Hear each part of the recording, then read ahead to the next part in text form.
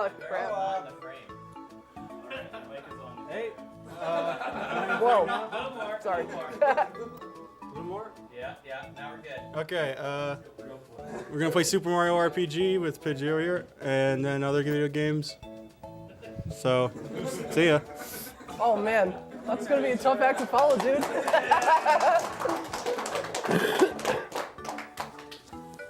Alright, so this is Super Mario RPG. I am extremely sick right now, so like, I don't know what my commentary is gonna be like, but I'm gonna do my best. So, can someone count me down from 10? Okay, let's go. 10, 9, 8, 7, 6, 5, 4, 3, 2, 1. Here we go! Alright, so just a note to whoever's timing this game uses JRTA timing, so it goes from power on to the end of the credits. So I'm running the Japanese version because it's about 9 minutes faster. And the point of that fake start there was to automatically position the cursor up at the top where it says new game, so we saved like, I don't know, half a second by doing that. I'm mashing the button here even though I don't really need to. It's just like the opening cutscene. The first thing I'm going to try to do is like, when you get into Bowser's Keep, you have to do like this terrapin battle, and you want to try to manipulate the RNG so that they don't attack you at all. It's not that easy to do, like I get it maybe 20% of the time, so let's see if I get it now.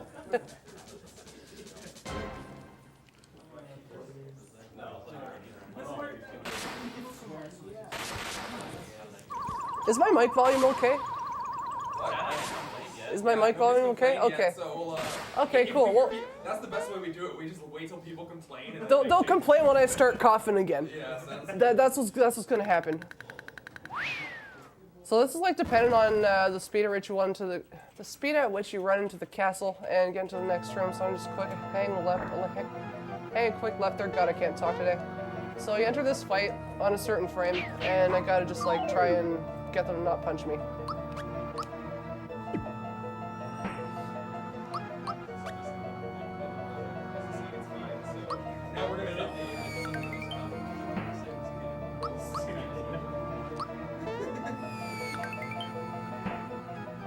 Hey, I did it! All right. That's the fastest way to get through that fight. It's like half a second faster than One Punch Manip because like I had to wait a long time to jump on the second guy, and that just like that's a strat that Alan recently figured out when he was just like doing frame advance stuff. I made a tutorial video on it that I had to learn from because I forgot how to do the tech. So here you're gonna see me in this fight. I'm not gonna block any of Bowser's attacks. This game has a timed hits feature where like almost every physical attack in the game you have a 5-frame window where if you press any action command button during that 5-frame window you take 0 damage. I'm not going to do it here because it's like 5 frames slower to do it and like it's pretty much impossible to die in this fight. You just jump twice on the chain and it's over. So this part is like scripted. We're just gonna go through this cutscene. I'm gonna be mashing like the D-pad and the action buttons to advance battle text. So it's like a little bit faster to do that than just mashing the A button. So like the actual reason that we play in Japanese, what makes it 9 minutes faster is just like the fact that there's less text to worry about. It's like less text per text blocks in English and renders it like 1 text character per frame or something like that, or 1 frame per text character. So we save like overall 9 minutes for mashing in this speedrun if we play in this version. If you saw me in RPG Limit Break, I played in English. I pretty much will only play in English if I'm specifically asked to, because it's like a lot slower. And I find the menus to be easier in Japanese because I have no muscle memory. Alright, so I can just like not press anything for a little while because there's a cutscene where we just tried to rescue Peach and then out of nowhere, I don't know why this happened, a giant sword comes crashing through the sky and lands in Bowser's Keep and kind of sends us all flying in different directions. We're like, what's going on? Okay, well, let me figure out where Peach went because it was my job to rescue her, so I gotta go looking for her, and things are getting really bad right now. As you may have seen in the background, there's a giant banana, and that I kind of wish I was using that myself, but then like I wouldn't be on the camera. I hate you so much, Elm. No, it's. Can we get this guy a mic? You want a mic? Can we get this guy a mic? He's gonna be the funny one, cause like I'm not funny. The only funny thing about my runs is when I screw them up. You want to just come over and take it, clip it on, have fun? Alright. Oh, let me make sure. Heck yeah. Alright, so my couch is getting a mic, which is pretty dope. I'm gonna say wait for him to actually. Well, it's muted. Well, it might be tangled. That sucks. Uh-oh. No, we're good. We're good. I don't know how to use these. You just talk. Just pin it on yourself and talk. Everyone's gonna be able to hear you just try and flip it on.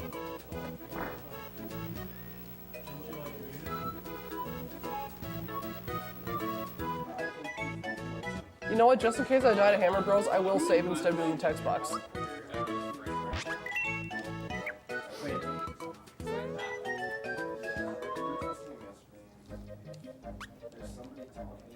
it on your shirt. Yeah. Now you're kind of in frame sometimes. Oh shit, no way. What just happened? Oh man. Don't let me fall asleep during super jumps, guys. This is gonna be bad. Are we good? Yeah, you're good. Oh, awesome.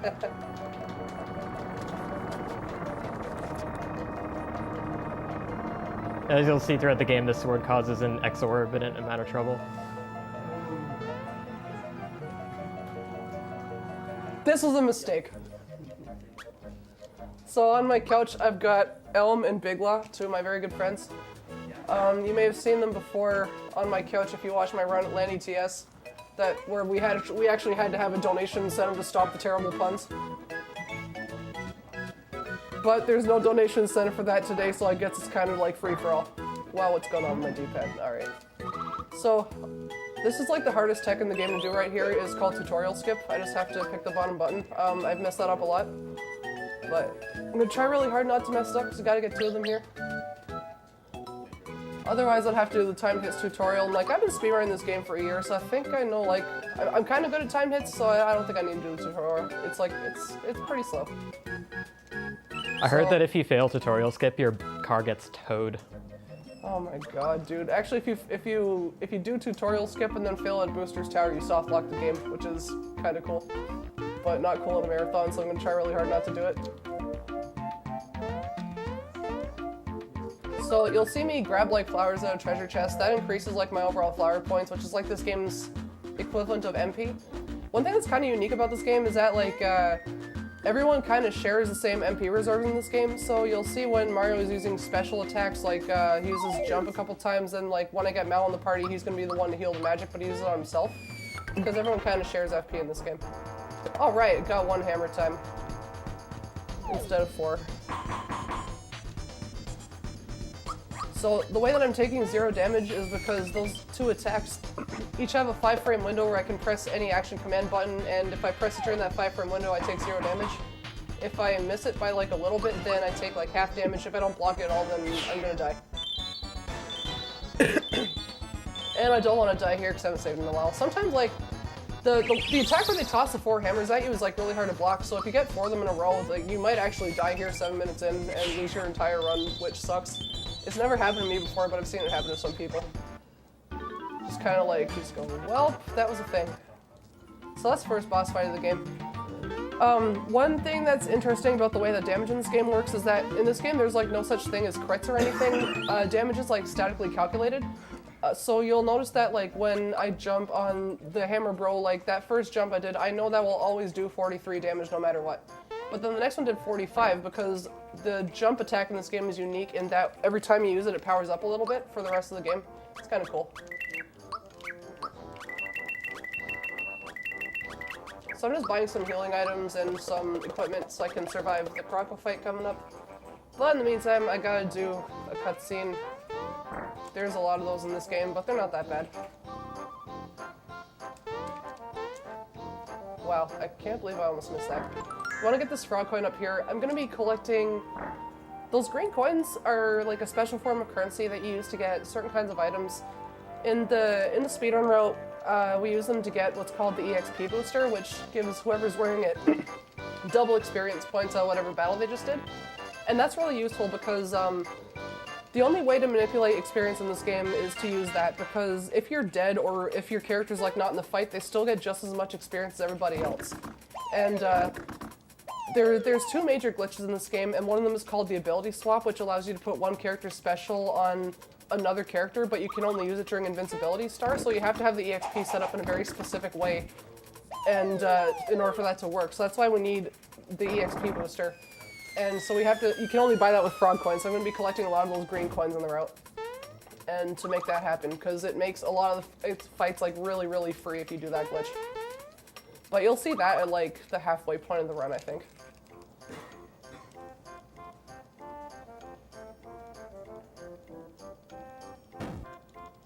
And Mario's tired of listening to this guy, so he's gonna passive aggressively fall on his face like it's an anime or something.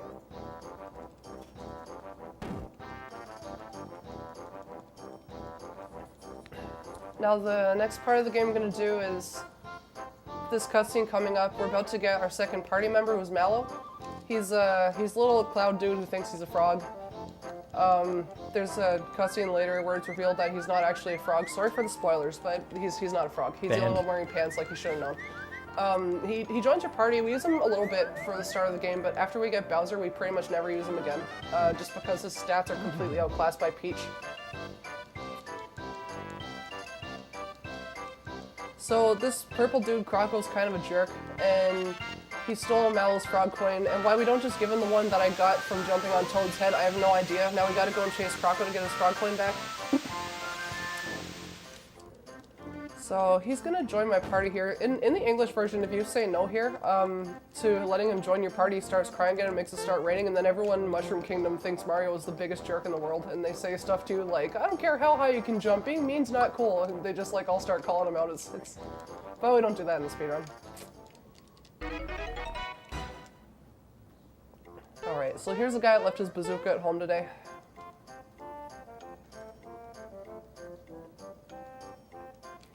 The dialogue in this game is like, it's a lot better in the English version, but we don't really use English in speedruns. Which kind of sucks, but it's like a free 9-minute time save to run in Japanese, so I'll take it. We used to do a conversion, but then we got rid of it because like some of the text is random. Also, every time you change anything about the route, the conversion might change. Yeah, That's and we silly just, to keep like, up with. there's like a new route that just came out like a month and a half ago that I'm going to be doing today. So that's also a little different.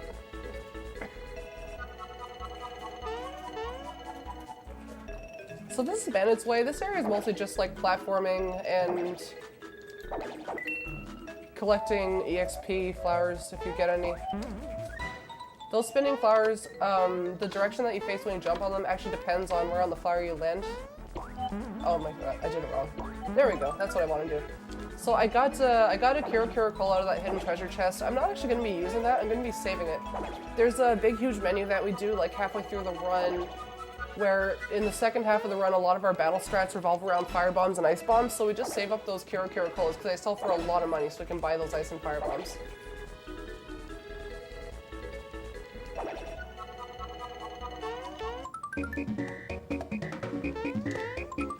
Alright, that's a 2-frame trick, so it's pretty cool that I got that treasure chest.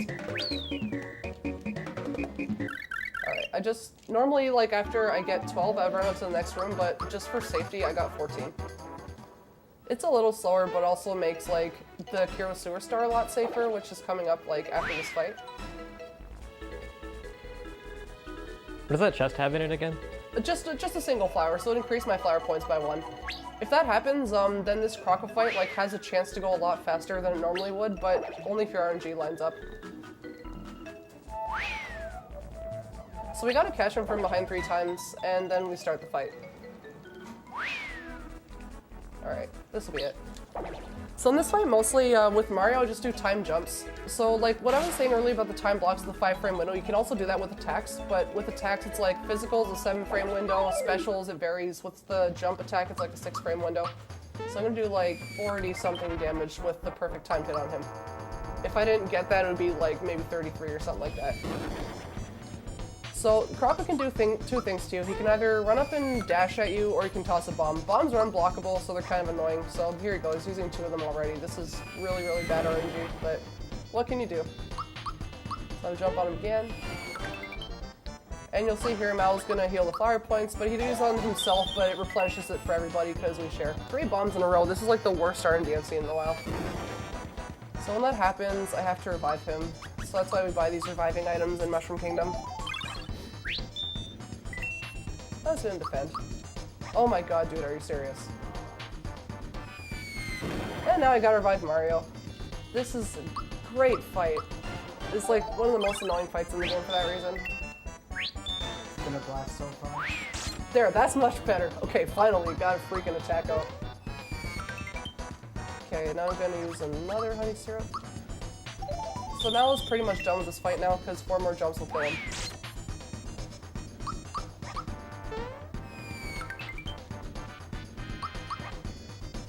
And here he usually heals himself. This is like scripted. After 5 turns, he heals himself with a mushroom, and then he skips his next turn so he can just keep jumping on his head.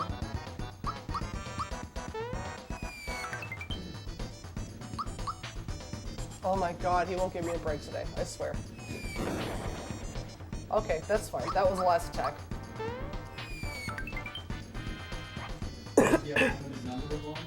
Yeah, it's just like 1 or 2 standard attacks, but it's like the only one of his that you can't block. He has like an extra attack later, but it's also blockable. But it's just like random which one he uses. If he had a limited number of bombs, I'd be very happy, but that's not the case. Alright, so Mallow gets a special. So that was a really crappy fight, but I wouldn't reset over it. He'll just like toss bombs at you and there's like nothing you can do about it, so you just like keep going. So I'm gonna make a quick save here because I'm about to do the first major glitch of the speedrun, which is the neck skip. There's a boss in the Mushroom Kingdom that kind of takes over with all his Shy Guy friends, and they take over the throne room, and we can use like a sequence break glitch to kind of like skip the boss fight completely. And if we don't do that, then the fight's pretty much like impossible to win if you don't have enough healing items, and also it screws up your EXP route. I didn't practice this trick at all this morning, so let's see how it goes.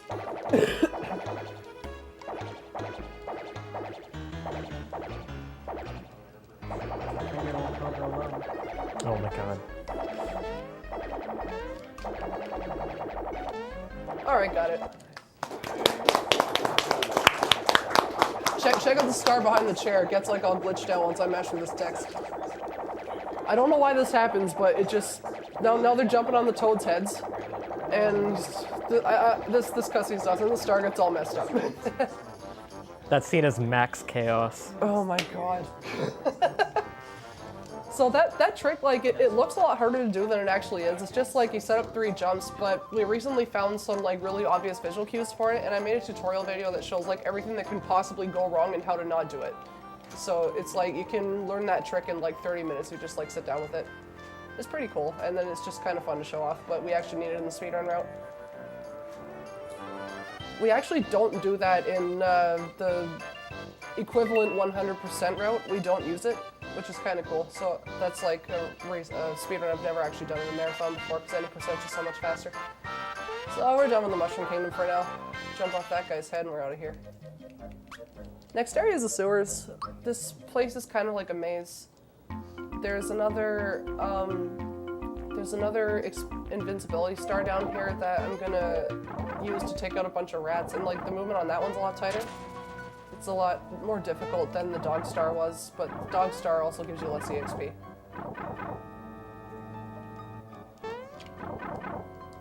So it's like mostly just platforming here. We have to do this fight here to get some more items to sell, so I'm just gonna kill him in 3 hits.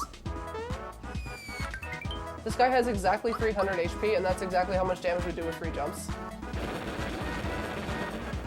So here, like, my jump attack's gonna power up a little bit. My next one's gonna do 99. So he's taking 198 damage, but then... Okay, he's gonna kill Mallow, that's fine. Oh, no, he's not. Awesome. So then this is gonna do 102.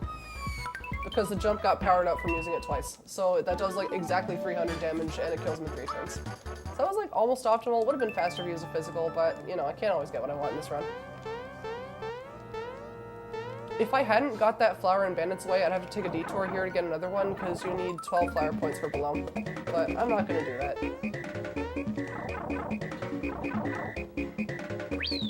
This is like where a lot of newcomers struggle getting this final rat over here. Because it runs out like just as you approach him. But if you do like the first room really optimal, then you're gonna get him like no matter what.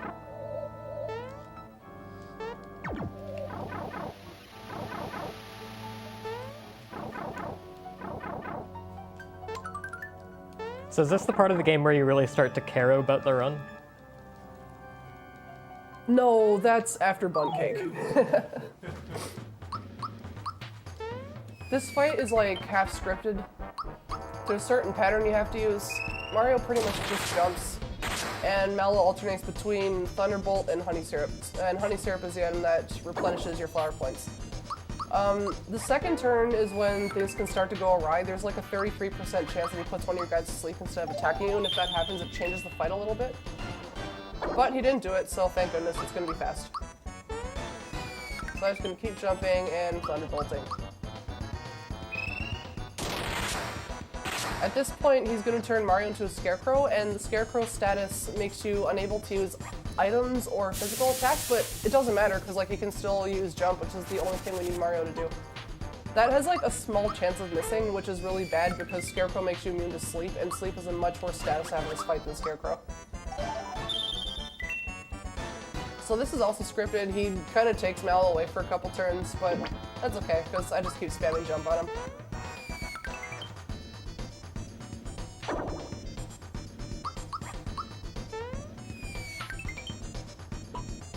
There, I know he's back. And 2 more attacks and that'll be it.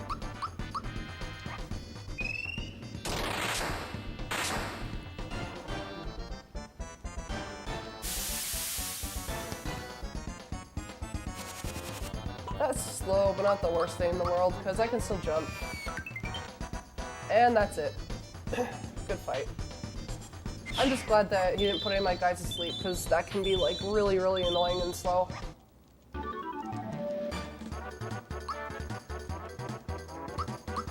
So Mallow, like, we kind of always give him a stat boost based on what he's going to do next. So we gave him special before this fight because he just uses Thunderbolt, but the next 2 fights he does, he only uses physical attacks, so we give him like an attack boost. Then after that, we don't use him at all, so just give him HP because it's the default. So this minigame here, my main objective is to collect a bunch of frog coins in the waterfall, and if I collect exactly 60 yellow coins as well, I get an additional one at the end. So I try to, well, it's actually 60 or more, but I try to get exactly 60 because it skips a text box, and I'm super picky about that.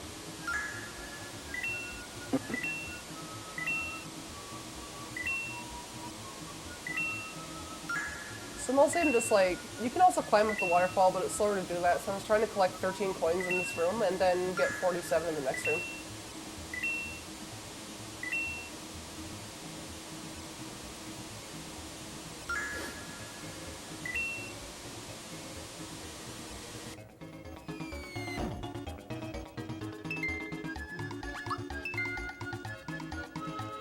This part here is like pretty repetitive. I just like, whenever there's 4 coins in a row, I just grab the first 3.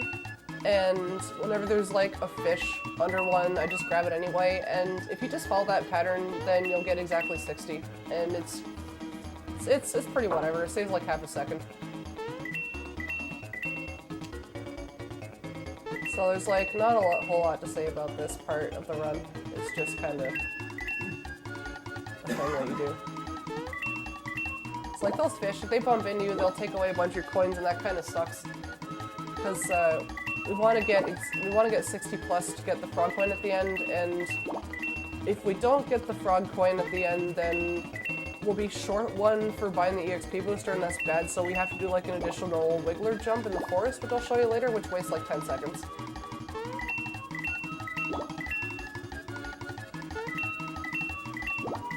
This is a good stream so far. Oh my god, dude. So this is why I keep Alma on the couch. She's a lot funnier than I am. Alright, so I got the frog coin. That's pretty optimal.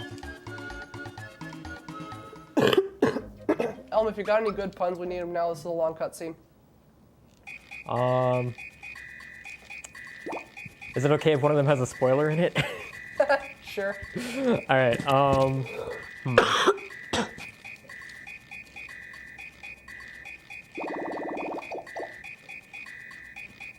Why did Mario always make Prince Mallow cry? Why? Because he knew that if he stopped, his reign would be at an end. Oh my god.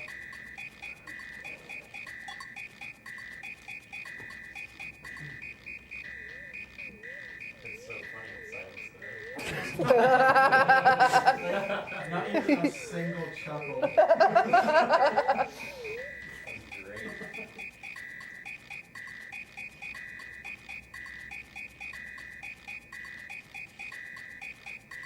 I always like to tell my stream that the reason I play in Japanese is to avoid spoilers, but it looks like it was already spoiled.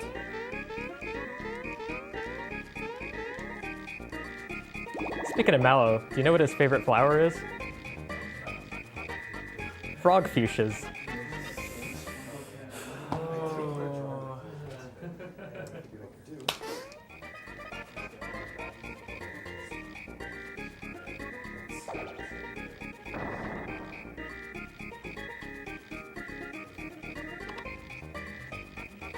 So during this cutscene, we just kind of mesh. It takes like about a minute or so. If this was like a marathon with donations, this is like where I would say, oh, this is a really good time for donations because we got like 2 minutes. Instead, you have to fill that time. Instead, I have to fill that time myself, but that's my problem. I'm not entertaining, dude. Yes. So I don't know how Mallow didn't figure out he wasn't a frog because he's the only one here with pants on. So like you think that you notice something's up, but not this guy. I want to know like how when he does Thunderbolt, like he jumps up out of his pants, like where do his legs go? That kind of freaks me out. Are overalls not pants? Is Mario not a frog? He's trying Mario's to. not from here. He's trying to decide if he wears his pants like this or like this. Oh my god, dude.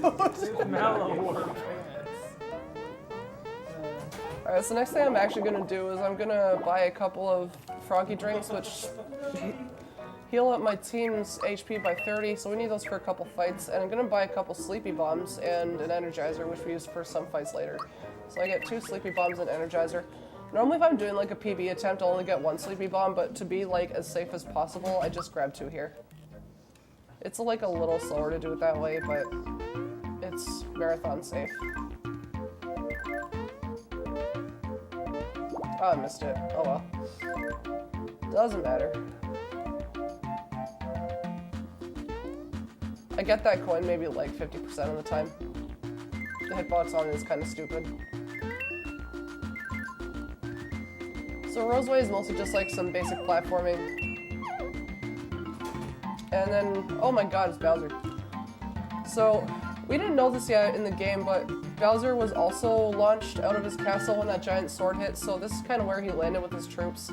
And he can't get back into his castle because the sword and all his cronies took over and also the bridge is out, so now he and his buddies are trying to figure out a way to mobilize to get back in. But Mario doesn't really want to be seen because they don't really want to deal with each other right now, so he's just kind of waiting and listening. That is a massive army. Yeah. A strong 15. I don't know how much credence I'd put in those Goombas though. Alright. I like how we managed to end up with exactly the same amount of each one even after being separated. Yeah. Yeah, that's good RNG, dude. He's exceptionally confident.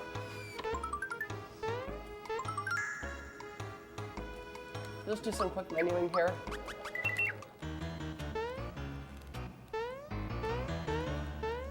Hey, I got the Seancast jump. I got that maybe 10% of the time. It saves like a couple frames. So, I just grabbed some more flower coins and frog coins out of those houses. Just, you know, stealing from people, no big deal. And then we come to cutscene where we get the coolest character in the game. It's probably Geno. He's a little dull right now. I like this cutscene because, like, this little kid, he idolizes Mario, and Mario's not happy because he just saw the Mario doll get, like, slammed face first into a staircase, but the kid's a big fan. And he's just like, oh my god, is it really you? And he asks to verify your identity, he pulls up the doll, and he's like, is it really you? And you say no. Because it saves, like, a text box. So we just crush the kid's dreams because we want to save a text box, and that's just how this game is. So we do this cutscene where this kid's really bored, so we're gonna just like play a game with him. And he pulls out his original character, Do Not Steal, as Geno. This is the 90s, so it was perfectly acceptable to slam a kid into the stairs, I guess. I don't know. and he pulls out a bullet that smacks Mario in the face as revenge, and then Mario gets knocked right out. So the kid had the last laugh. Isn't that a super missile? Yeah, it looks like it kind of looks like one, doesn't it? So this is like the longest cutscene in the game. If you speedrun this game and you have a bathroom like right next to your stream setup, it's like the only bathroom break you get in the game, and it's only 30 minutes in. So good luck. It's this is like the longest you can go without doing any inputs. So this little this spirit has descended from the Star Road, which got broken by the giant sword and scattered like that glitched out star that we saw earlier. That's one of the 7 star pieces. We got to collect the 7 of them to repair the Star Road, which was broken by the sword. And if we don't do that, then the world's just gonna get overrun by monsters, and that's no bueno. So this guy's come down from the Star Road. He was like a guardian up there, and he's trying to also help find those pieces to repair it. But he needs a physical form, so he checks out all these dolls. He's like, okay, this one looks really strong because I saw that missile to the face, so I think I'm going to be this guy. But now he's got to learn how to use his legs. And it's not going particularly well. He's kind of wobbling around like I do with my bad D-pad. He's going to, like, he looks around and then he just kind of slams headfirst into the stairs and decides, after smacking his head in the stairs, hey, you know what? I think I got a handle on this whole walking thing, so I'm out of here. That's a pretty good decision, if I say so myself. I think he was just trying to imitate the kid. So on the topic of super missiles, maybe we could like see the cameos during the stream. We could, maybe.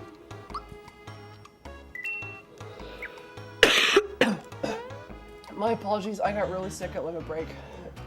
Just too sick of a run. I need my water.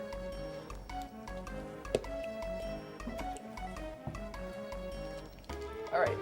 You can't leave in that cutscene anyway, so it's a good water break.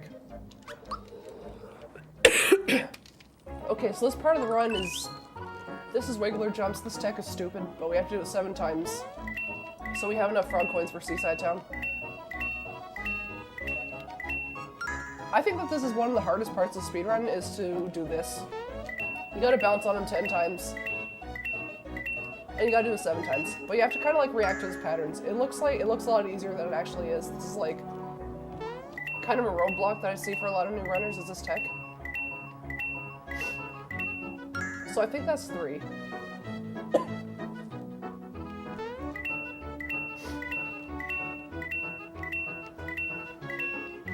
That's 4. And I gotta get 7 total.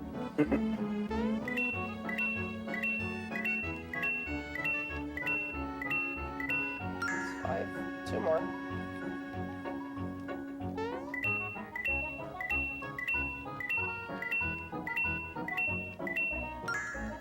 Alright, almost done. Oh my gosh, really? Ugh. How did that happen? Oh well. These guys can actually kill you if you get into a fight with them. If you can't run away and they use like double sandstorm, like that's a reset. Like you can't recover from that. You just die. But it's alright, because I didn't die. I feel like I'm about to, but like in real life, but I'm not in the game.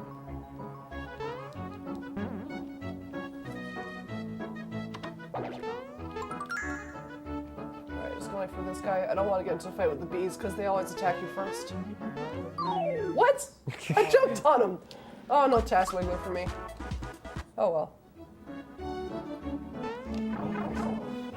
Oh my god.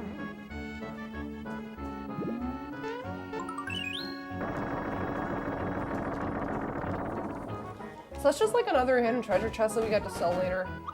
No big deal, but we wake up the Wiggler, he's not happy about it, but he opens up this area for us.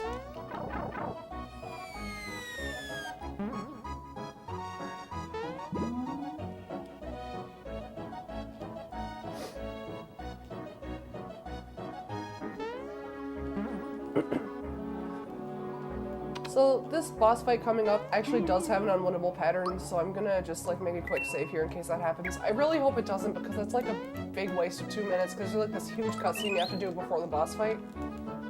But it's only got like a 5% chance of happening, so fingers crossed that it doesn't happen.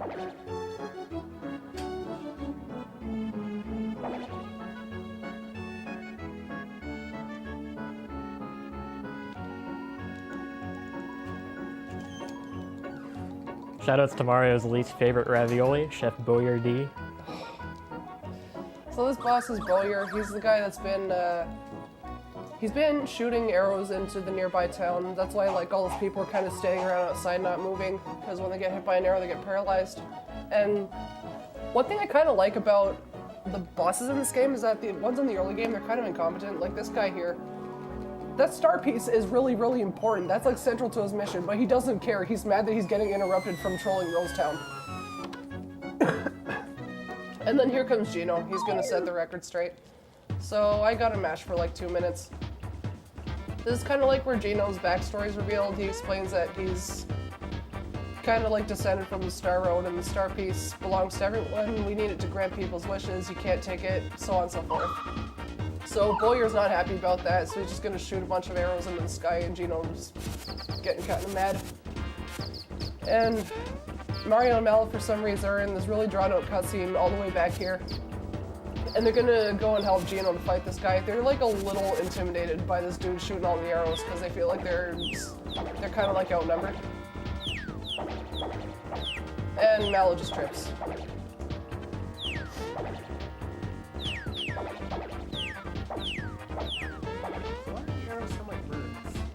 I don't know. That's a good question. I don't know why the arrows sound like birds. Because they're flying. Because what? They're flying. Oh, it's true. I guess so. They are flying. Arrows have feathers. Feathers come from birds. That's how it works.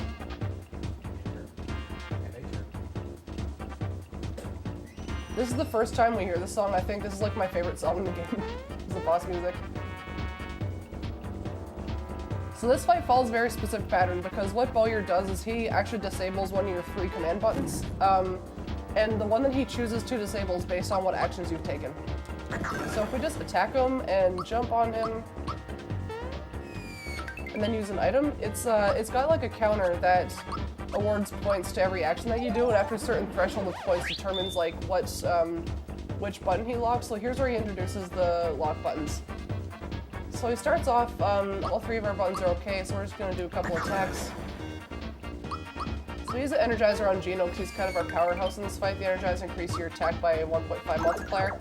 That 2 damage looks pathetic, but it's actually very important. If you don't do it, then he lives by 2 health until the end of the fight. So he just locked the A button, so now I cannot actually use any A attacks. If I try to, I can't do anything. So Mallow just died, but that's totally okay. If he dies early, then it's actually time saved. If Geno plus somebody else took damage, we normally heal here, but I don't have to heal anybody, so I'm going to use a honey syrup instead and heal my flower points. That's normally what Mallow would do, but he's dead, so don't matter. So here, because Geno took damage, I'm going to heal him. We just want him to stay alive. On the next turn, he's going to lock the X button, so my healing items are completely gone, so I need to heal him and just kind of like get him at a good place so that he doesn't die to the next 2 attacks we're going to get hit by. So X stays locked for the rest of the fight because we're only attacking him once per turn.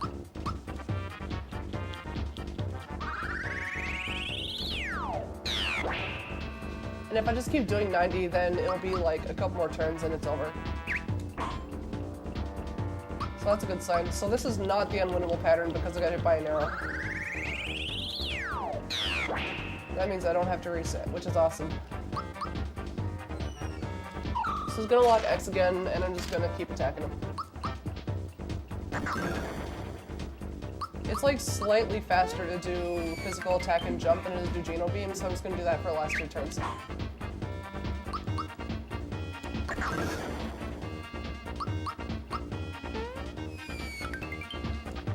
Alright, that's it. So that fight can actually be really scary if you're not comfortable with timed hits, because you're dealing like a very exact amount of damage to him. So like if I had mistimed any of Geno's 7 frame windows for his attacks, then I would have only done like 45, and then the fight could have gone on a little longer. But if you can do the timed hits perfect, that fight's like really easy.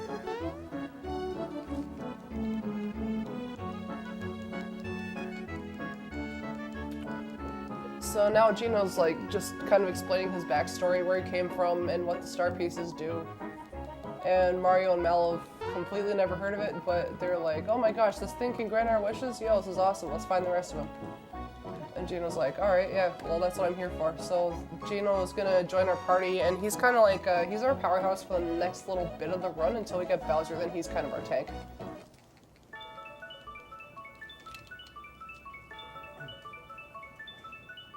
Congrats on your first star piece.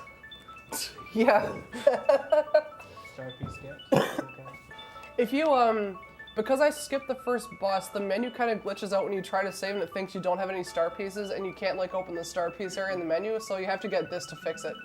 So luckily, like, it doesn't glitch out so hard that like you can't finish the game because you don't have the star piece. Like there, it figured out that I have the first one, so thanks game for not glitching out.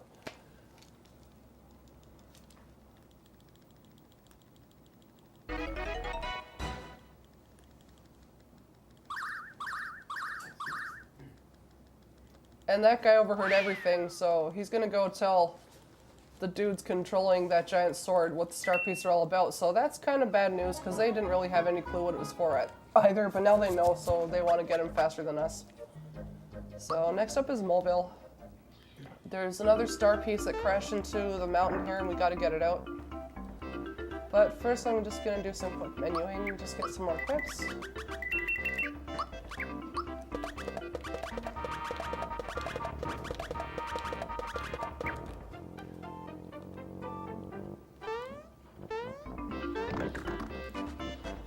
And we see Bowser's here also, and his numbers have greatly diminished. Poor guy. He can't catch a break. He got kicked out of his castle and everyone's kind of ditching him. But he's still kind of confident. He's thinking, you know what, we'll still take our castle even if there's only 6 of you left instead of 15. Like, that's a huge % drop in your ranks, but he doesn't care. He's mobilizing. And Mario's like, well, I'm not dealing with Bowser for now. I'm just gonna go into this cave.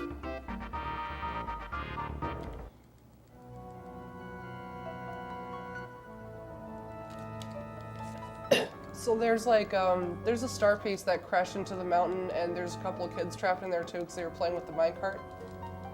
The minecart is like probably one of my favorite segments in the run. That'll come after the boss battle.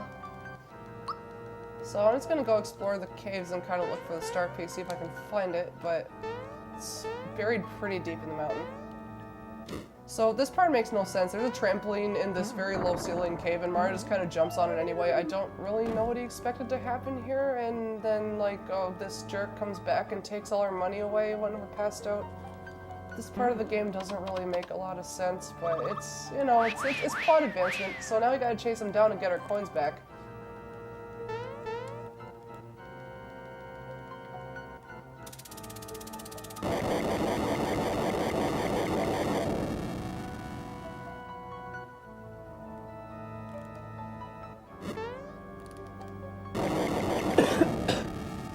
So I'm just gonna chase him through this next room, then we gotta fight him again, and he's still got those stupid bombs that we can't block. So I just kinda have to work around that. In this fight, mostly, we just have everybody attacking him instead of having Mallow defend, because Mallow's a little stronger now that he's got a weapon. So Croco can either, once again, he will either toss a bomb at you or dash at you, and you want to revive Mario, he dies. Mallow not so much, he doesn't do as much damage.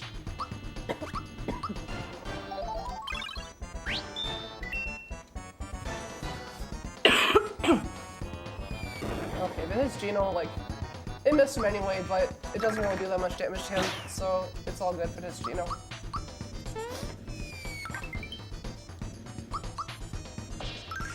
What happens in this fight is, if Mallow dies here, yeah, he's dead. So I don't revive him.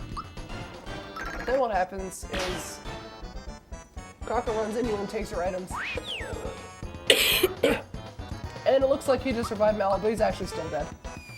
So he's just kind of staying there totally useless for the rest of the fight.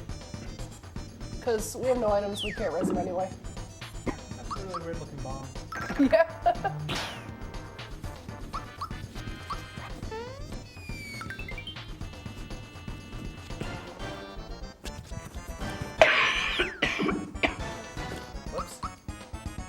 So in this part of the fight, he doesn't bomb you anymore. Instead, he just tosses random enemies at you, which you can actually block.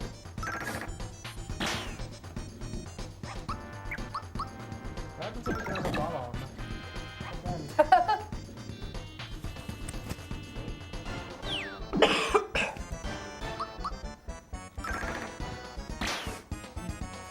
There we go. Slow fight, but whatever.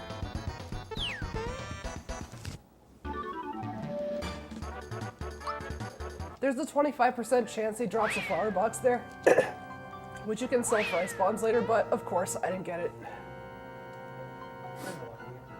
Never lucky.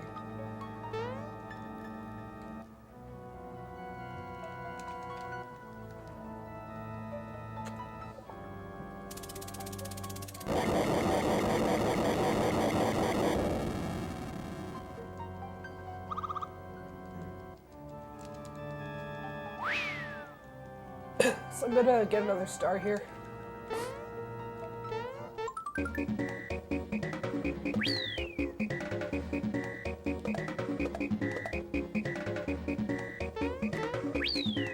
Nice.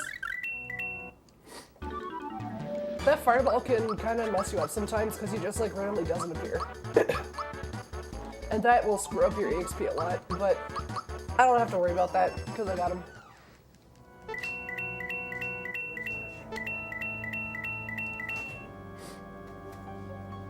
We need those coins for Seaside later.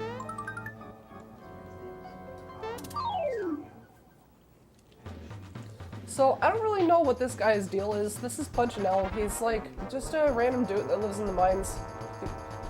He's like a puppet master that just kind of tosses bombs at you. He really wants to be famous and he thinks that he needs to kill us to become famous, so I'm not gonna let him do that. These are some bad rules.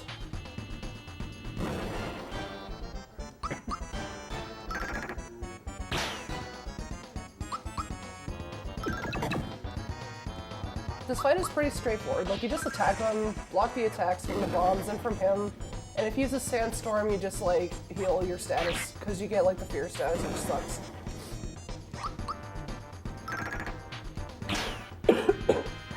You should kill him in 7 turns if he doesn't Sandstorm you, and if you get all your attacks, like, perfect timed.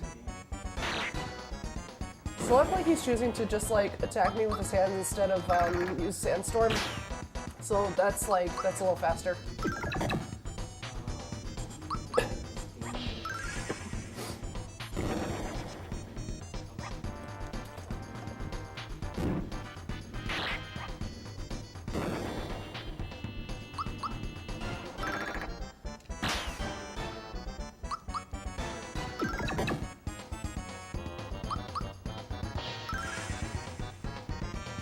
Oh, there's a Sandstorm on the last turn, of course.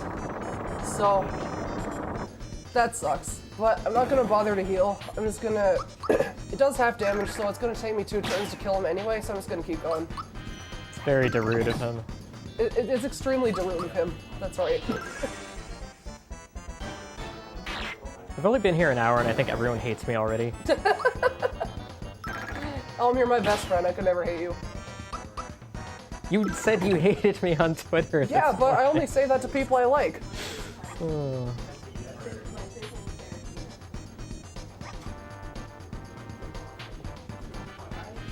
So when your dudes are shaken like that, that's the fear status. That decreases their attack and defense by half.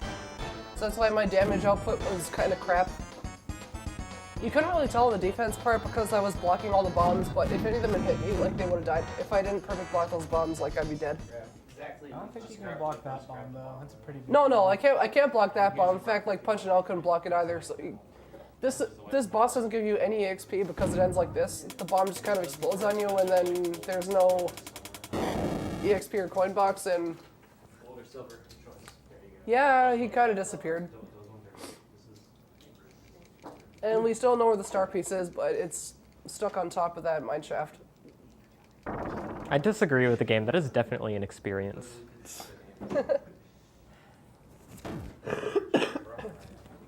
I am so sorry for all the coughing. I feel like garbage right now. You know what would suck is like having to sneeze in super jumps.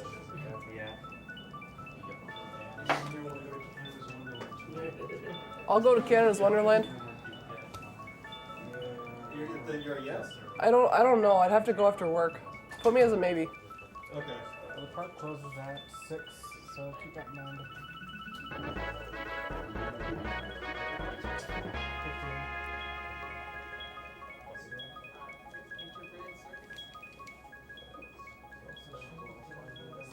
All right, so 3 out of 7 star pieces recovered. Pretty good progress, I guess. And now comes everyone's favorite part of the run. It's the minecart segment. It's like a big point of pride in this to get sub 2 minutes. So I'm gonna try my best to do that. But usually marathons, I get like 2:01.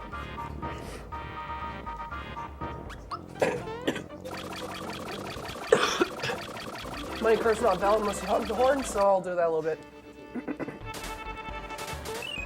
Should be easy. This minigame is basically on rails.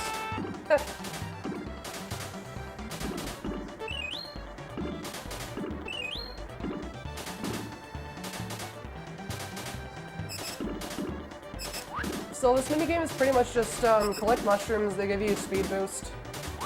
Use them when appropriate and brake when you come around a corner. Yeah, if you have too much velocity, then you'll go off the rails, and that's slowing down. Yeah, you really don't want to crash here, waste a huge amount of time. It doesn't actually waste that much time, it wastes like 2 seconds, but you know, point of pride. So are you saying there's not mushroom for error? Oh my god, dude.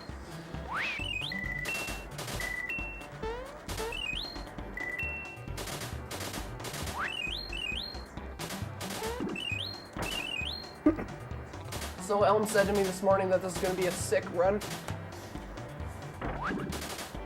He's not wrong. He's not wrong.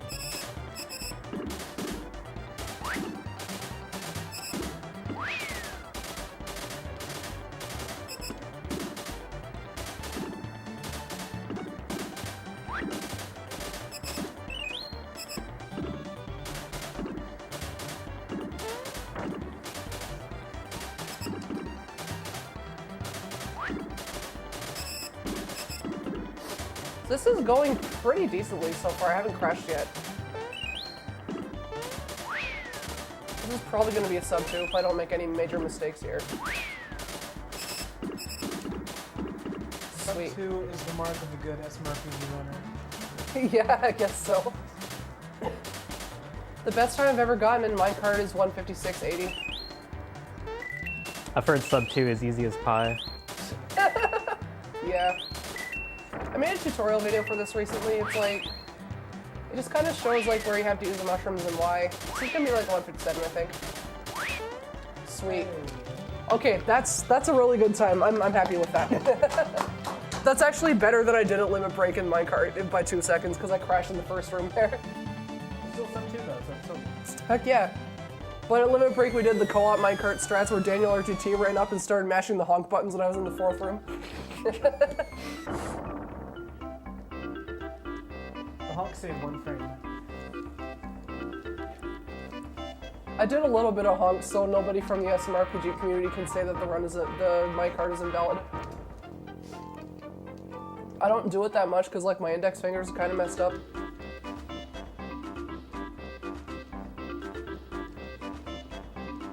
So we're gonna go to the best part of the game, which is Booster's Tower. If you ever played this game before, you might remember Booster as having absolutely no concept of reality whatsoever. And he's this guy that has way too much money that lives in a giant tower and just like plays with beetles all day and rides his train around, and these 3 guys are his assistants. Peach has fallen onto his balcony, and he's decided that because she fell onto his balcony, that means he has to marry her, so he's planning for his wedding with Peach, and Peach is of course horrified. And you'll see why when we meet Booster.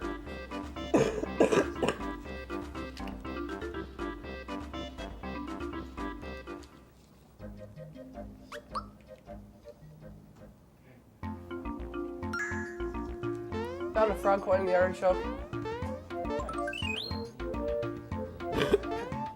So I just grabbed a rock candy out of that chest. We're not going to see that again until I fight the Axum Rangers near the end of the game, but it's a very, very, very important item. So gotta be extra careful not to accidentally use it in any fights. And it looks like an ice bomb, so it's like, gotta pay really close attention to your menus. So here's Bowser. His entire army has left him. And he's kind of reminiscing about the old days when he had his own place to live and Peach was held captive and Mario came to rescue her.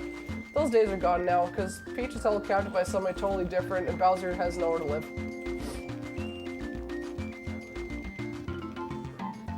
So we see Booster kind of peeking from behind the door. But Booster doesn't really know what we're here for. He just thinks that we're here to visit and like just play the mini games in his tower.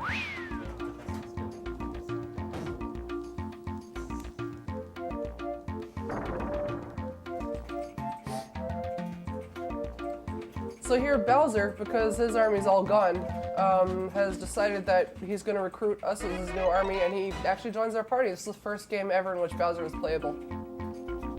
So, okay, sweet, I didn't soft lock the game. So we're going to be using him in the next boss fight. Booster's tower has some really cool platforming in it. It's like, we're just mostly collecting frog coins and stuff in here. But here's Booster. He rides his train around inside his tower, and he's like, you know, normally I'd be entertaining my guests, but like, I've got a new wife now, we got to plan our wedding, and so, alright, have fun. So he's just kind of taking off. But I'm just gonna try and find Peach.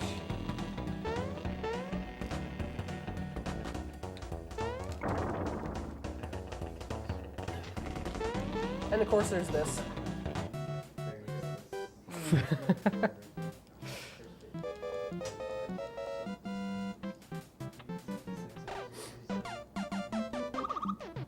That was a total waste of time, but I had to do it.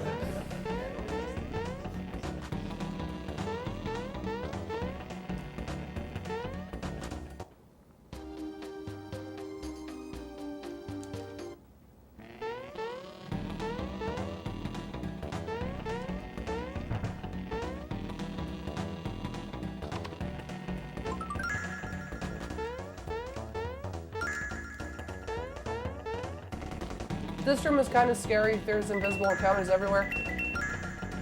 Well, you can avoid them if you know the pattern, like that.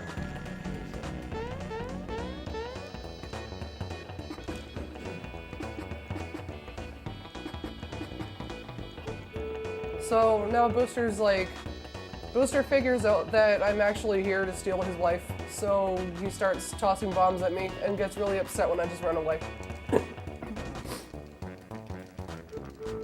Like, actually really upset.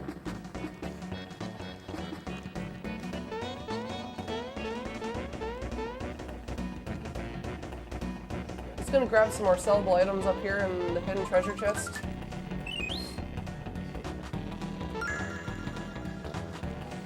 And then it's time to do the curtain minigame. If y'all remember this, they're trying to do a wedding rehearsal. The door's locked, I can't open it. You gotta get Booster to open it. But there's like, you see a little Mario doll up on top of the curtains? They want to use him for the wedding rehearsal, to plan for when Mario shows up to inevitably ruin everything. But because they can't really see that great, they don't really see the doll up there.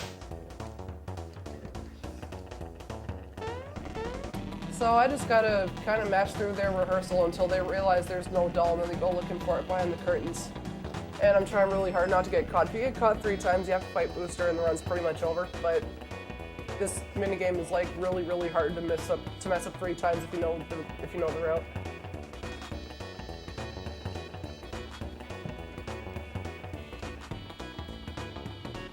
So they're gonna start looking around for the doll and they're like, it's not here. And Booster's really, really mad that they said it's not here. And he's like, go look behind the curtain. So first he sends up one guy. And he opens up the curtain, and he totally can't see me right there. Their eyesight's not very good, so I'm just gonna jump around here, just for fun.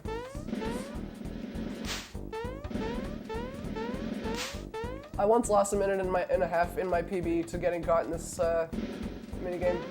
I really miss having that free time save.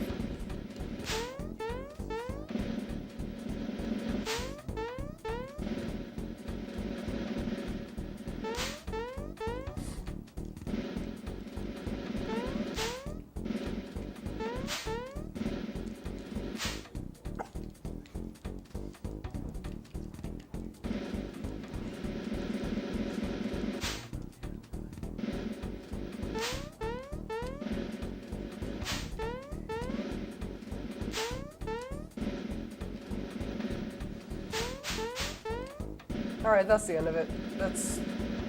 They always look in the same place every time, so you just kind of go to where you know it's going to be safe. And he found me, but he doesn't care because he's more concerned about the fact that he just noticed the doll of me is up there, and he's really sad that he can't reach it because Booster's attention span is not very good, so I'm going to get it down for him because I'm just such a nice person. And now he's so happy and completely forgets that I'm here to steal Peach away and gives me a really overpowered item and wishes me happiness for the rest of my life. So he's like, okay. I'm gonna let you rehearsal. finish, but that item is the best item ever. Oh, it's an OP item. It's not the best item, but it's pretty overpowered for this part of the run. So now we use Bowser, and I'm just gonna give him some quick equips.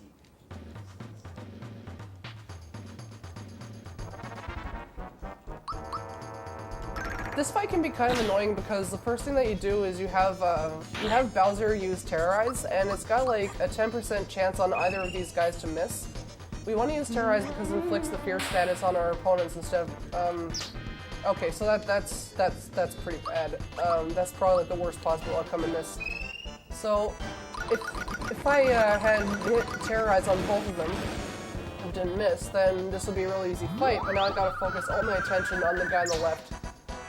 Because if I don't kill him in like 2 turns, then they start doing stuff like Meteor Blast and other attacks that are just really powerful, and we don't want that.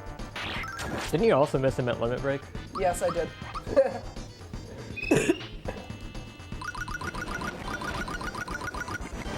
That's a decent amount, 208. I mean, you're 81% likely to hit both of them, right? Yeah. That's pretty unlucky. Yeah. There's a 1% chance you miss both, which has never happened to me. Okay, so that kills them. So they're not gonna spam Meteor Blast.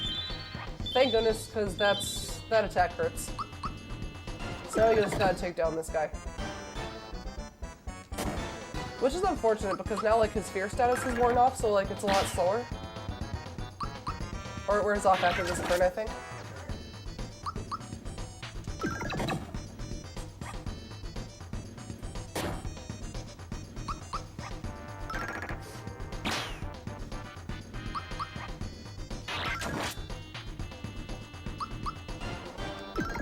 So let's keep slapping them with attacks until the fights end, pretty much. There we go. That's a crappy fight, but what can you do? Next part coming up, if you've ever watched I Eat Your Pie or any of the other guys that run this game, we like to call this game Call Your Shot, where I can get anywhere between 0 and 16 flowers on Booster Hill by jumping off the barrels and the 3 dudes behind me. This minigame sucks because like the placement of everything is random. And there's also some frames that are totally random on the guys behind me where if you jump on them, you still like don't bounce. Instead you do like your tumble animation, fall really far backwards, and it's really stupid. You'll see what I mean shortly. I usually get like between 10 and 12 on here, which is good because the flowers you get contribute towards your flower points. You need 10 to be set for the rest of the run, and if you don't get it, then you can just get backups. So this minigame is not really that important. I'm gonna go with my usual guess of 7. Alright, that's an alright guess. I'll say 13. 13? Well, that's ambitious. 10? Yeah, that's a pretty good guess.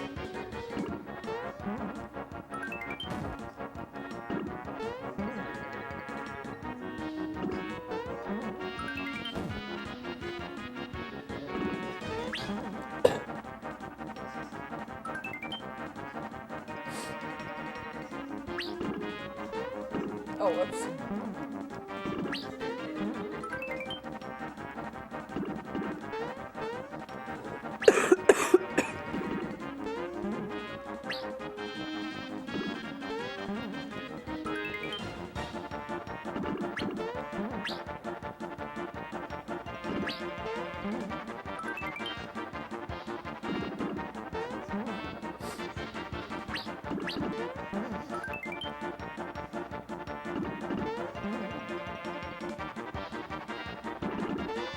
Oh my god, really?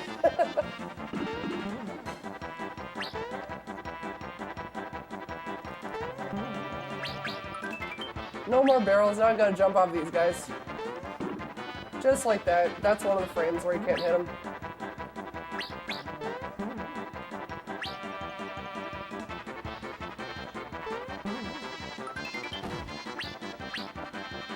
seems like a very uphill battle. Oh my god, dude, please. What? Yeah, that's what happens. Alright, that's unlucky. So how many was that? It tells you at the top of the hill. I think you got 12. Yeah, 12 seems reasonable. How many was it? 12, alright. So whoever guessed 12, you got it right. I was probably the only one that guessed 12. And now we're coming to the worst boss fight in the game. The giant cake. This fight sucks because he's got a lot of powerful magic that he just kind of uses randomly. It's so bad that you have to use your red essence on Mario to make him invincible for 3 turns, because otherwise he will not survive most of the time. Geno has a chance of dying very early in the second phase, which makes everything very slow. This fight is just all around not very fun. I've lost a couple runs to it before because I got sandstormed like 14 billion times, so I'm going to make a safety save here. Wow, 14 billion. That Yeah. cake has a lot of flower points. It's Ooh. got a lot of flower points. Alright. Yeah, this boss is not a piece of cake. It is not a piece of cake. It's a full cake. Oh my god. What? Okay, my Y button just crapped out there. There we go.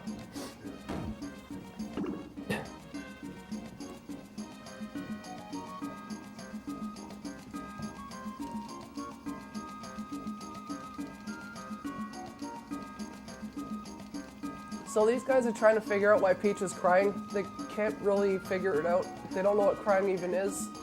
And they're assuming that she's crying because she dropped her wedding gear from getting knocked into the pedestal. Or the altar. So they're gonna go around and find the Pedestal stuff. hype.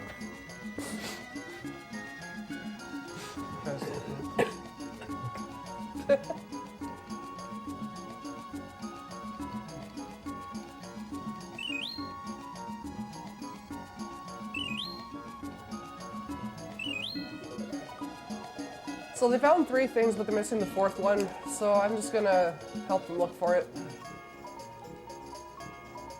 This game has a really short attention span.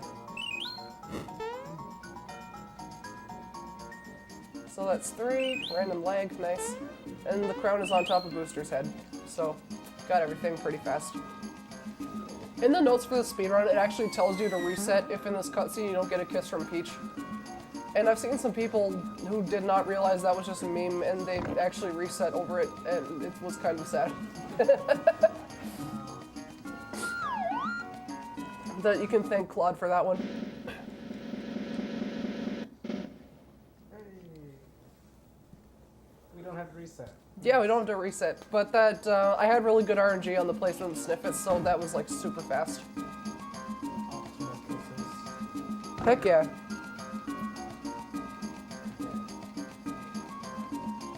And here comes the cake. It's in this fight, like in the first phase you get attacked by the chefs, and it's like really important to perfect block their attacks. I miss it like 30% of the time, I think, because like if you take damage here, then you're more likely to die in phase 2 when it's really important not to die. So the 3 phases of this fight kind of go in a certain order. So these guys are just going to attack me right away. So I blocked that one. You want to do a bunch of, you want to do like 6 timed hits on this cake. This phase is just the icing on the cake. Yep, this is just the icing on the cake. So they're gonna attack me again. Attacking Bowser's not that bad. Because Bowser's got like really high defense. So here I just like, a cutscene happens after a certain amount of damage. Where the cake starts moving and one of the chefs realizes it and goes to tell the other one. The other one pretty much calls him an idiot and tells him to get back to work. We always want to start phase 2 on Bowser's turn because like that gives us like a chance to do a little bit more damage before the cake starts attacking us with his magic. And in the second phase of the fight, it's based on a hit counter instead of an HP counter. Because it pulls up some candles. Alright, so I didn't take any damage, which is awesome. This should end phase 1. So second cutscene happens, and during that phase, like, you just attack the cake and the chefs are there, and now the chefs run away, and then in the second phase, 5 candles light up. And the way the candles work is that if you do any amount of damage with a physical attack, it blows out a candle. So you want to blow out 3 candles per turn and hit it again when it's got no candles lit up, because then the top half of the cake dies. But if any of you guys are dead, you have to revive them because it regenerates 1 candle every turn, so it kind of sucks. You just break even if that happens. So I want to hope for like really good RNG from the top half of the cake, because he has some spells that are like 1-hit KOs. Oh, there's Sandstorm, so I'm probably going to have to revive Geno at some point because I just lost my defense power. But then he used a sleep spell, which all 3 of my guys are immune to, so that's awesome. He just wasted a turn. I just gotta hope that he doesn't kill any of my guys in the second turn, so if I don't get like Drain Beam Blizzard, I should be okay.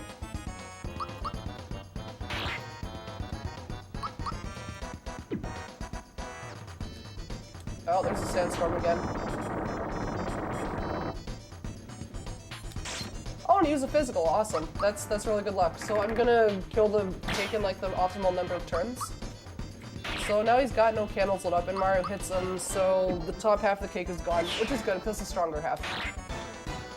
So this part of the cake only has like 600 health, so 2 fully powered attacks from Bowser and 2 fully powered jumps from Mario will kill it.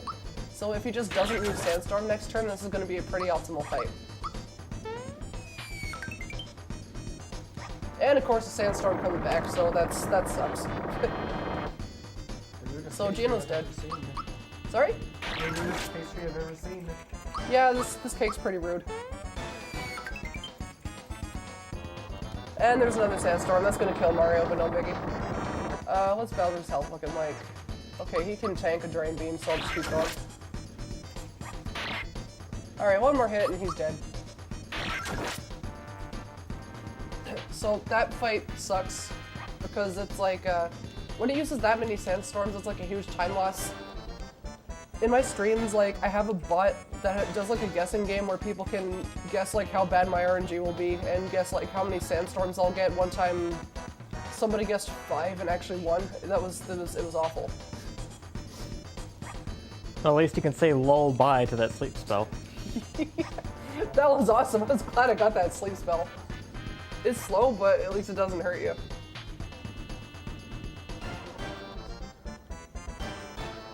So we have this long cutscene here where Booster's trying to eat the wedding cake, and he realizes that it moves, and he's like, hold on a second, did that thing just move? And the guy's like, hold on, concentrate, you gotta eat this cake.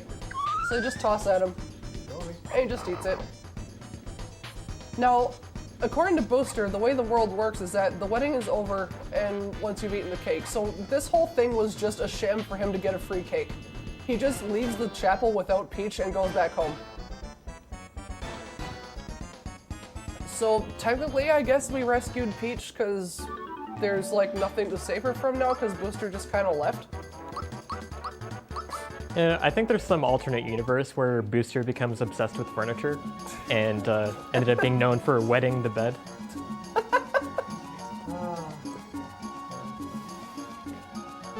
So Peach is just kind of like, okay, let's go back to the Mushroom Kingdom. So that's what we're gonna do. We gotta take her home because the whole point of this adventure was to figure out where Peach was. If you all are wondering why I keep running into walls randomly, it's because like the D-pad on this controller is starting to go. Kid walls. Yeah. It's not because I'm looking for the Shy Away in Nimbus Land.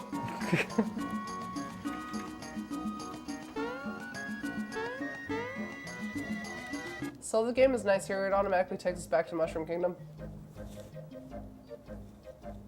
And now we have like probably the longest cutscene in the game, which is kind of unfortunate, but I'm gonna grab this thing that Mallow needed his frog coin for all the way back at the start of the game. He had to pick up a pie for his grandpa, so we're finally picking that up.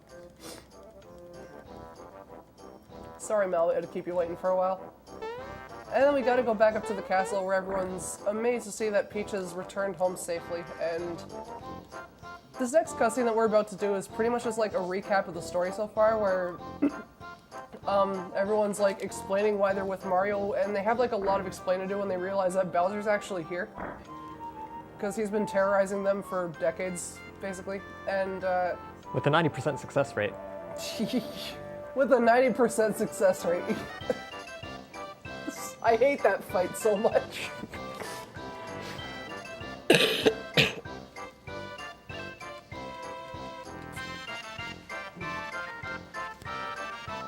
So now we're just kind of like explaining everything that happened. We went around searching for Peach. She almost got married to Booster. Mallow's on a quest to find his real family because he found out he's adopted by frogs and his family like wants him to come home, so he's going to look for them.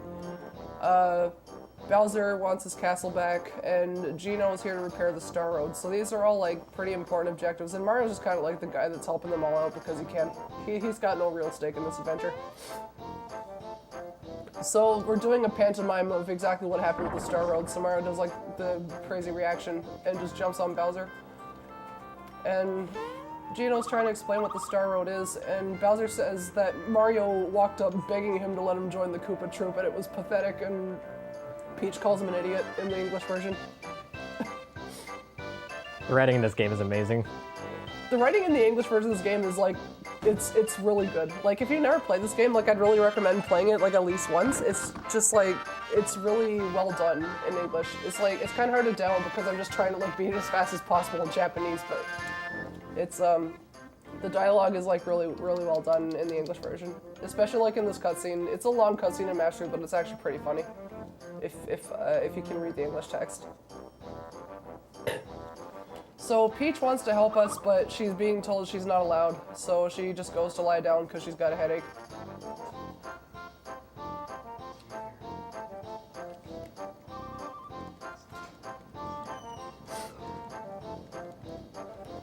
Now, one thing that I always do in my PB attempts is like I have this bad habit of just like opening menus at the weirdest times when like my hand shouldn't actually be anywhere near the X button.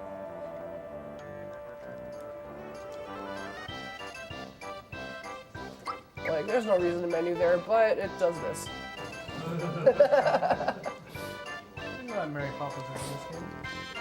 So Peach basically just says, screw off, I'm going with them anyway, I'm gonna save the world. So she comes with us, and Peach is kind of OP. She has the highest magic stat in the game, but she doesn't actually learn any offense magic until level 18, which she doesn't get in the run, so we use the ability swap to teach her some offense magic much earlier.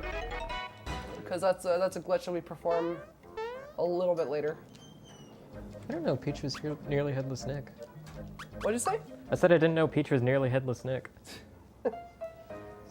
So I gotta do some housekeeping here. To unlock the next area, we have to talk to Mallow's grandpa again, so I'm gonna return the pie that he wanted, and he gives us an equip that we can sell. I've actually like lost some PBs that were way ahead by forgetting to talk to him the second time to unlock Star Hill, so that's why I always buffer right input now to remember to do it. Alright, so we did it.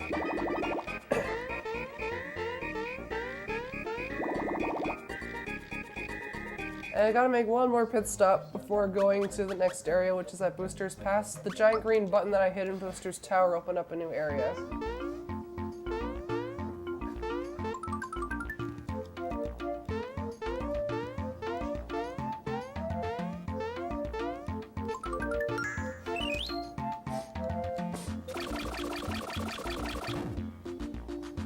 So I just got some more flowers, coins, sellable items. Also, Mario showing what an excellent role model he is. Okay, I like that one.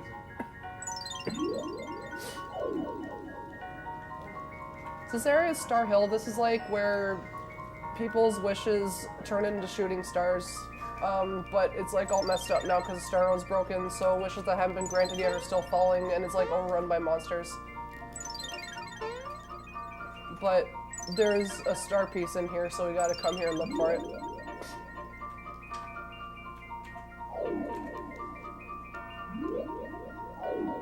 And we navigate just by talking to the flowers. And when we light up all 6 of them in the room, then it opens up the door and we can move to the next area.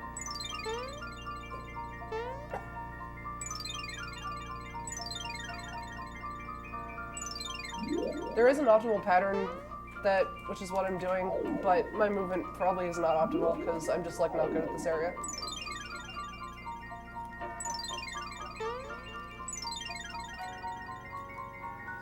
There's like a lot of hidden walls in here and stuff, it's kind of annoying. So there we go, free star piece. It's just there, we don't have to fight anybody for it. It's like kind of deceptively easy because the next 2 star pieces both times we get the star piece, then it gets taken away from us. So it's like, oh hey, look, a free star piece. Just kind of like, This one looks easy because the next two are gonna make you hate yourself, so have fun.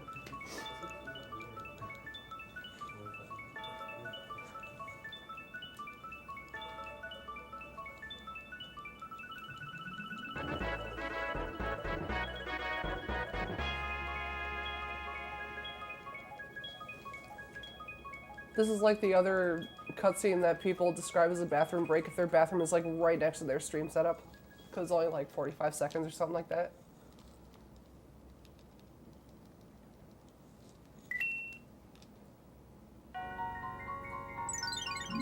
So that's the end of Star Hill. So if you end up needing 2 bathroom breaks during this run, is that double toilet trouble? What?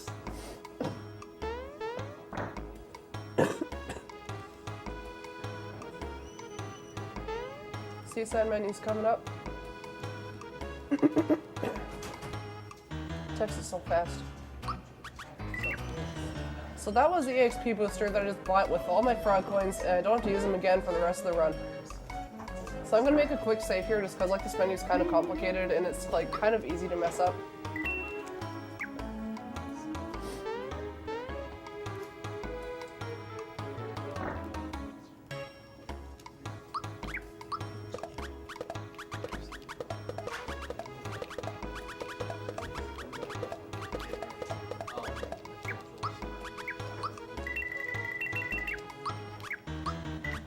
If you oversell there, you'll hit 999 coins, and you won't get any more coins from selling things, so you'll be screwed if you don't do this menu right.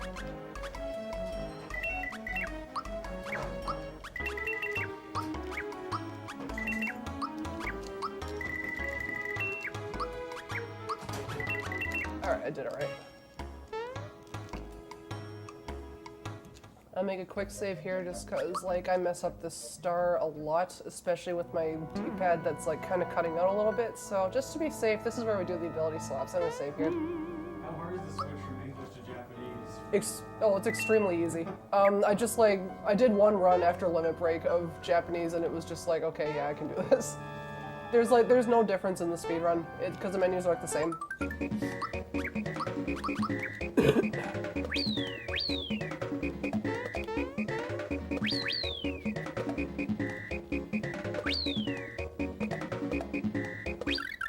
Alright, got him.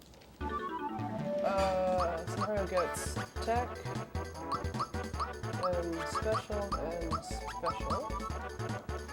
Bowser gets attack. We get a whole bunch of levels here. So this says Peach reaches level 7, but she was level 9 when she joined our party.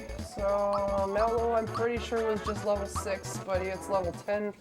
So that's how we do the swap glitch, is just by switching the positions of people in your party.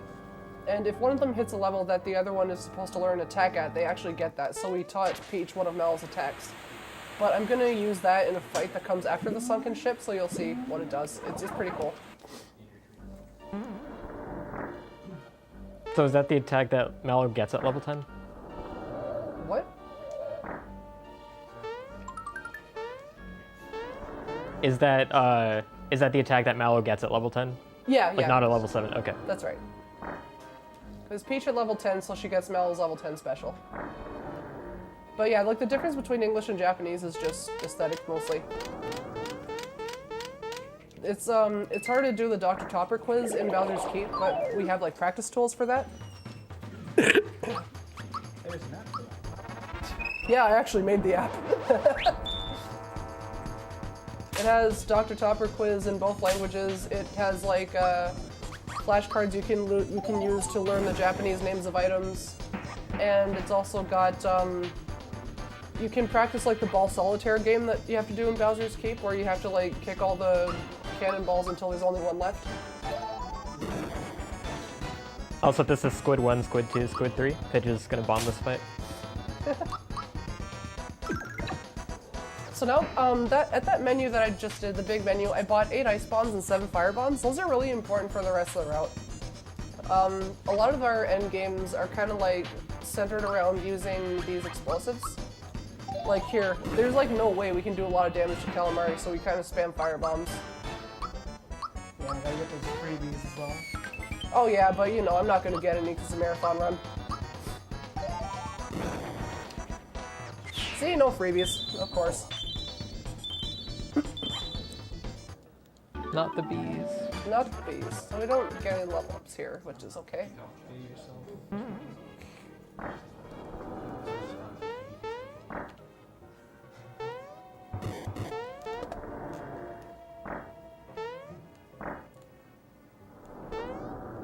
That rat is a jerk sometimes. Just try to get in my way.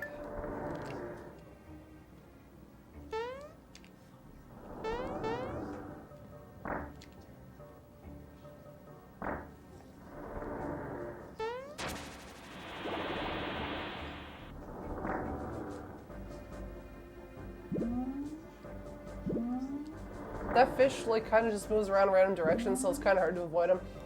You can get like in fights with him, and there's just like nothing you can do about it.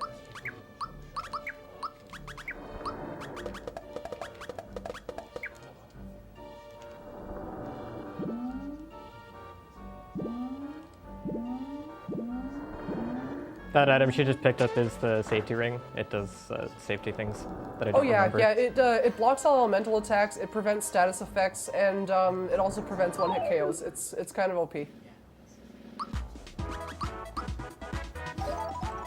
I wish my Twitter bot would prevent one-hit KOs, but instead it causes them.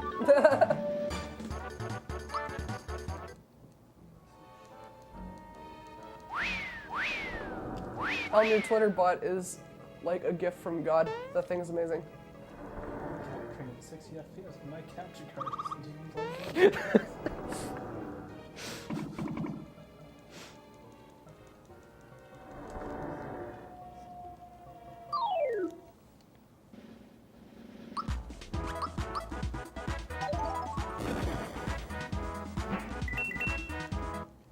Not a single firebomb freebie. This is dumb.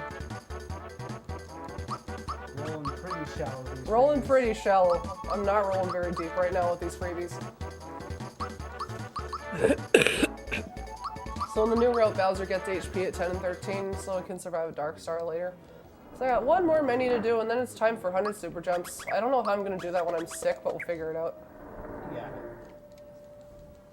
I was doing it earlier, so it seems okay, but you know, that was earlier. The rotato strats will work.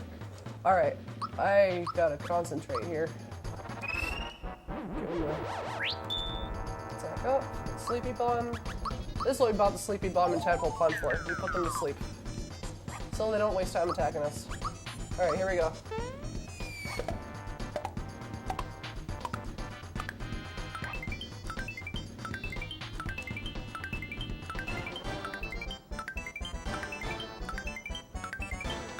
Oh, wow, that was bad. This is hard to do without headphones.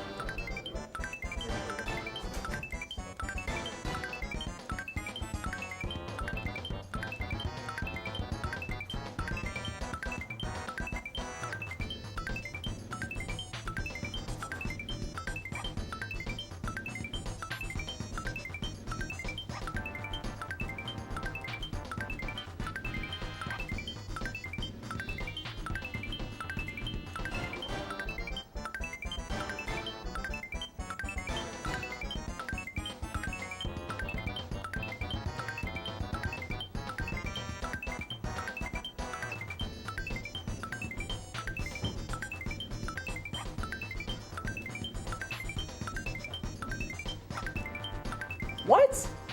Okay, I guess I gotta do them on below. No, Sort that's of. you have to do 100. So I'm like 3 for 3 on getting that in marathons. That's I've done it in 3 and I've failed it in 3, so I just gotta do them on below. It's okay, you've done this 100 times, I know you can do Yes, it. I have done it 100 times. I might actually have to pull up my other controller because I think the Y button is dropping. Because like, the way that I do super jumps is like I press all the buttons in like a rotation and I'm always dropping on Y. And I've also noticed that like sometimes he just randomly stops running and starts walking, so I might have to use my other controller for that. That's an interesting diagnostic. Yeah. Rotato strats, you know which button's failing you. Yep. It recently it was my B button on my old controller, which is probably because I just I mashed too much in Mario Land 2. Why did I have to come to this? All right, so I gotta do another swap. Oh wait, no, I don't do that swap. I do this.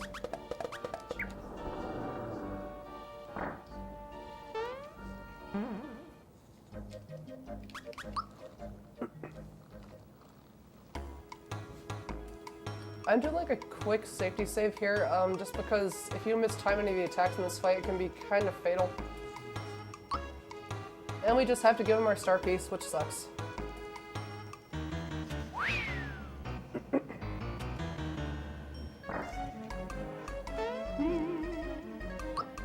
Alright, save there.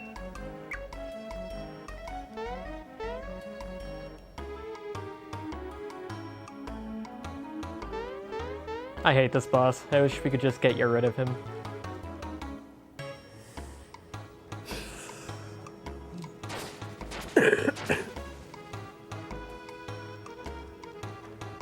So I think I dropped super gems at 80 something. I wasn't really counting. I think you're in the 90s. Was I in the 90s? Yeah. Oh man, that's bad. I actually did that in the prac room the other day. Wait, you're a 90s kid? Yes. Well, no, I'm not. I was born in the 80s.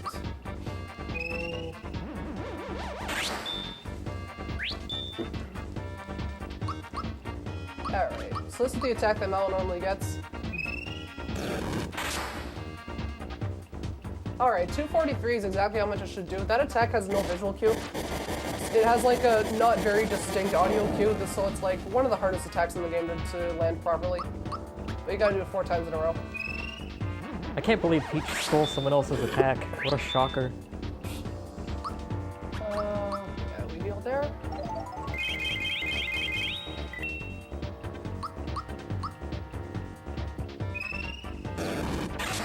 I think that was the right time? Yeah, 243. If it gets 202, then it was slightly off by a little bit.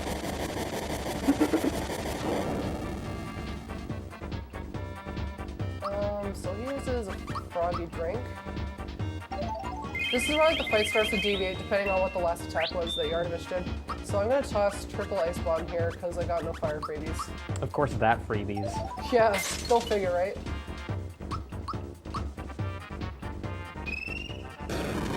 That might have been too early. No, it was right. Flamestone Mario's not gonna do much, so I'm gonna toss another ice. Nice. And another ice. Oh, sick. There they are. There they are. And that should kill him if I did it right. Yeah, he's dead. Yesterday in my practice run I got a 202, so I was a little worried about that fight, but oh well. Wait, I was thinking, wait, you got a 202? That beats the world record by a lot. No. 202 is my usual Minecart time.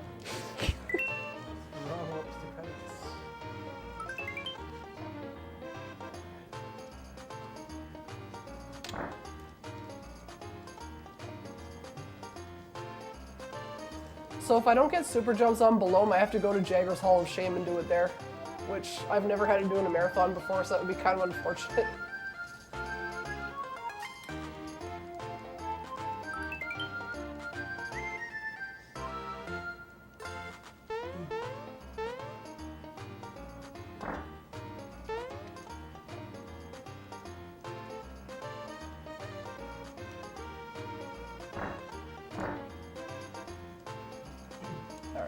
Bye. 1, 2, 3. So, mushrooms. Whoops. I want to go here. Put that, and that, and that.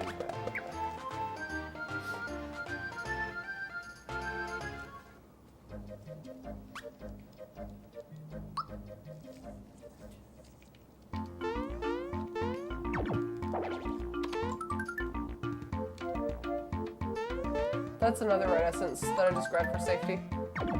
It's not really necessary, I usually don't get it in my runs, but just in case. Makes you invincible for 3 turns. Shoutouts to Sean Cast Geckos. Saving Yeah. you 15 or more seconds in your run. If he was watching right now, he'd be so happy. And I jumped on the 3rd donut lift, which means Albrecht will not unmod me from his chat. He was really mad for jumping on the 2nd donut lift. So to get like through these whirlpools, we just kind of spam ice bombs. If I get one more freebie, then I'm set for Barrel Volcano. Nice! Alright, that fight's gonna be so free now.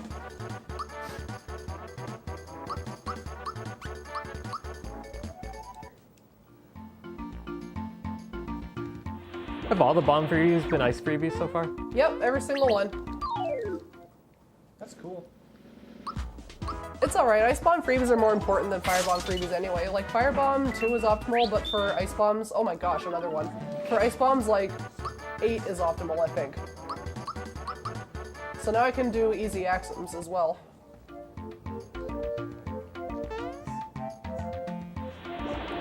When you freebie an Ice Bomb, like, there's some boss strats that kind of depend on what your freebie count was. So, like, the fights can get a lot easier if you have extra bombs to use.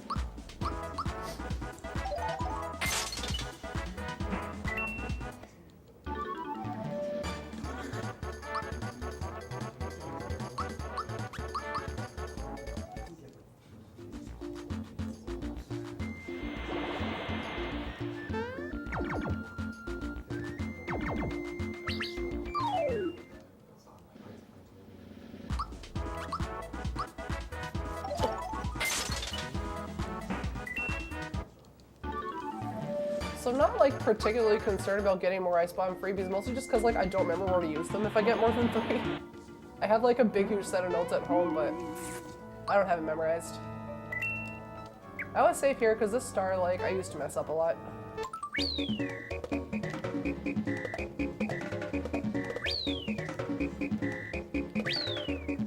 You do that on purpose. Alright, I got him. That last gecko is like really hard to get. Because this movement's kind of new, so I'm not that used to it. If you miss it, it's like not a big deal, but it's kind of annoying.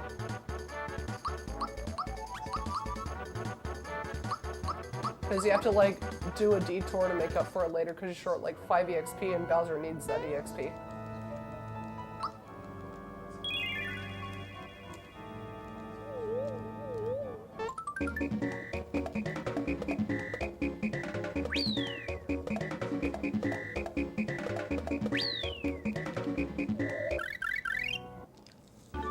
That was not necessary, but I got him anyway.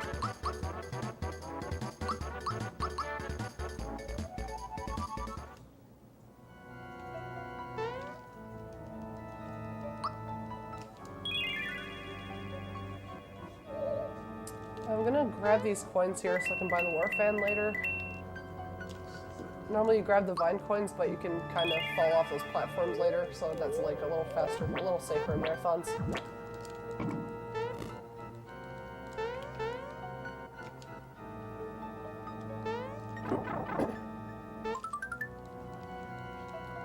So, the guy that we fought in the sewers, about to see him again. If I can get the right fortune. Oh my god, first try. That never ever happens in my runs. RNG's really bad there. I was hoping you'd get the fortune where Sean Cass races Chrono Trigger randomizer with me. Okay, I'm gonna swap controllers for this fight. I'm just gonna grab my other one. It's in a big mess of wires. That's okay. Oh, it's okay. I got it. I'm kind of used to this controller. There you go. It's okay. The time was already below average. And he uses Geno boost. Alright, so I'm gonna try this one more time.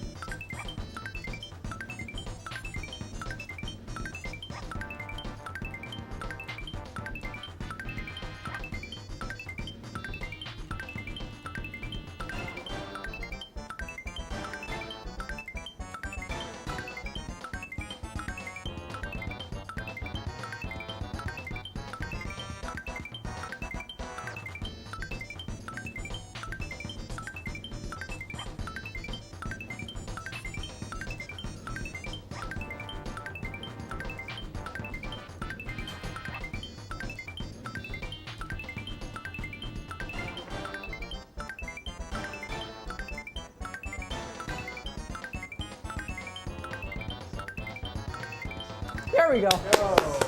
All right. I don't feel that bad because Mill had to do it, smash a record, so I think I'm vindicated here. That also saves me a Fright Bomb for Smithy, which is nice. Normally we use a Fright Bomb in that fight, but didn't have to. I think I might just keep using this controller until like, unless like the B button starts crapping out, then I might switch back. Not So the reason we have to bees. get 100 super jumps because this guy gives us a super suit as a reward for doing that, which makes Mario really, really overpowered, or actually whoever wears it is really overpowered.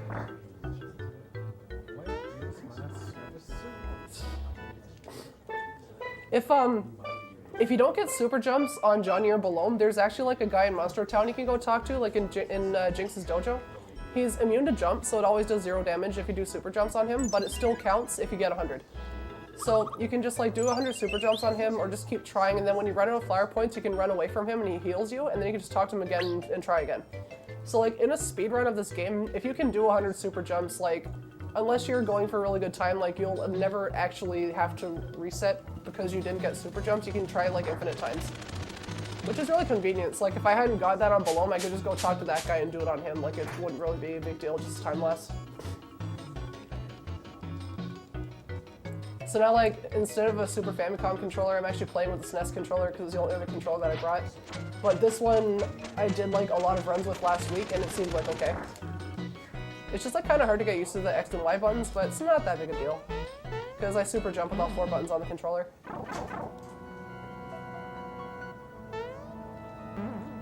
So, I'm gonna backtrack through the temple because it's the fastest way back to the surface. The guy that was standing on the trampoline, I bought the trampoline from him because it saves like a few minutes to just like exit Balloon Temple that way instead of going back up through Land's End Whirlpool.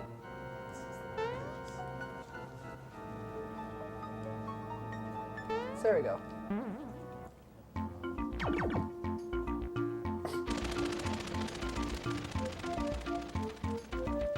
If you want to learn how to do this minigame fast, I recommend using Cliff's Notes. Dude, I'm like, the other runners always ask me when am I getting sub 10, and my response is always never. Sub 10's too hard. Isometric platforming is too hard.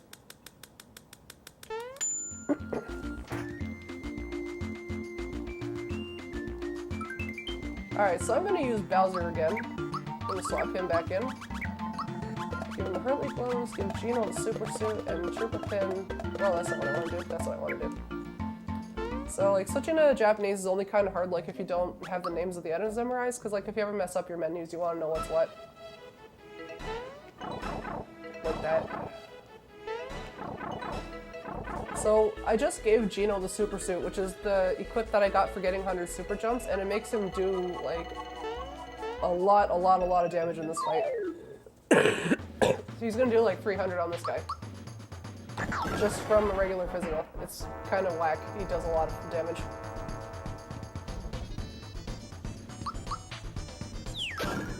I may have mistimed that. Yeah, I mistimed that. So I gotta do some super jumps. That's fine though.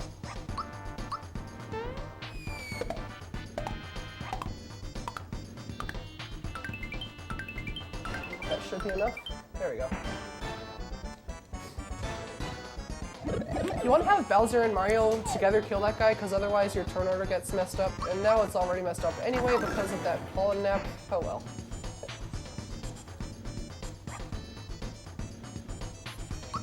So toss an ice bomb. Nice and fast.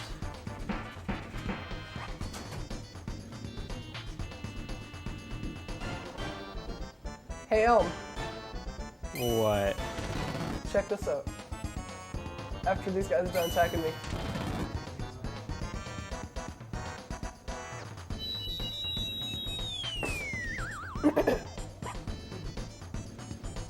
Alright, this is for you, Elm.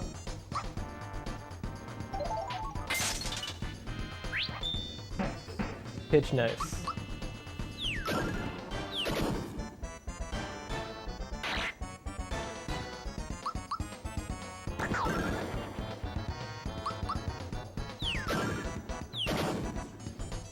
Alright, this is for you, El.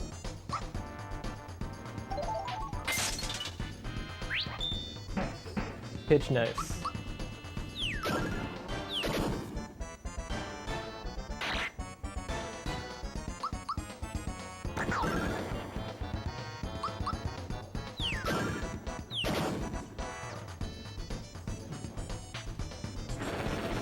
Mario falling asleep kind of sucks because this fight should have ended right there, but Geno just tossed the ice bomb instead. So now he's dead. No big deal. That fight was a bit of a thorn in your side. Yeah. It put a bit of a thorn in my side. And I'm not fighting Colex today, so I'm not going to grab the seed.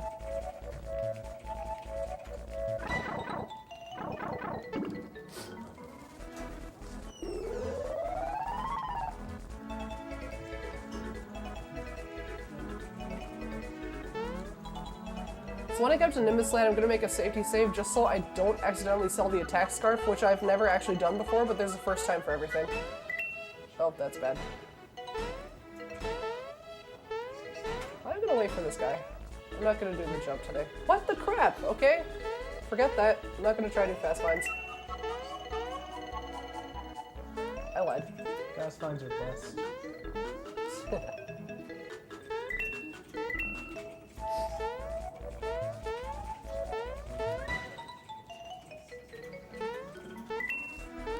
The platforming on the vines is probably the last thing I learned in the speedrun just because I hate it so much. It's really hard. Well, I'm here. Let's see if I can untangle my wires. Actually, I'm not going to bother.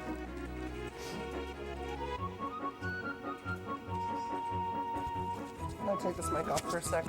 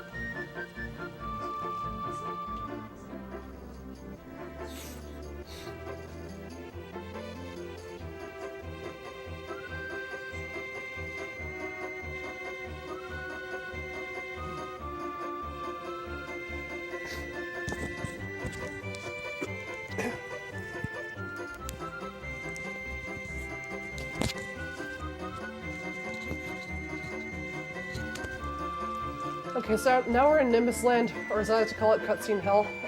There's a lot of cutscenes in this area, mostly related to Mallow's backstory. So we just happened to cross this kingdom where they have a long-lost prince named Mallow who that big, gigantic bird was pretending to be, who's just been recovered. Sell 2 equips. There, I didn't sell it.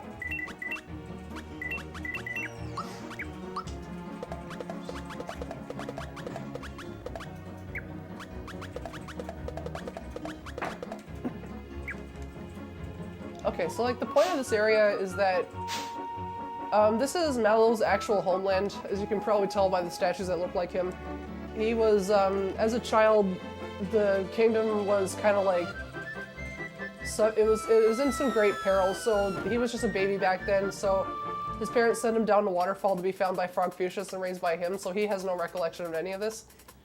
The attendant to the king and queen, Valentina, she has kind of like usurped power over the throne by kidnapping the king and queen and pretending that her assistant Dodo is a long-lost Prince Mallow, but Dodo's just a giant bird, but all the people in Nimbus Land don't really seem to care. They're just buying the story anyway.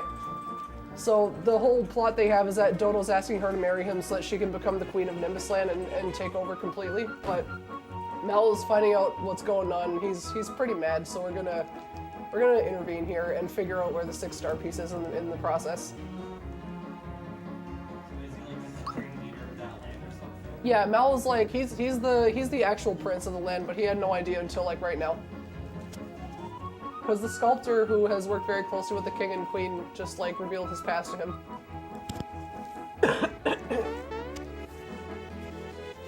I can't believe that they would actually believe that Dodo's actually Mallow. It's pretty awesome. Like there's a lot of stuff that happens in this game that you need like a really strong suspension of disbelief for, but it's mostly just like played up for comedy.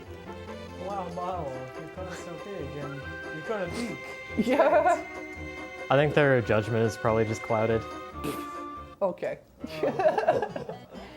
So the sculptor disguises Mario as a statue, and because Valentina has a very high opinion of herself and is kind of narcissistic, he explains to her that he created Mario as an art piece, and it's like it's a statement on the life of like the blue collar worker, and she considers herself to be quite the art buff, and of course she loves it. So that's how we infiltrate the castle. He told the guards outside that Mario is Valentina's nephew, and it was a statue of him.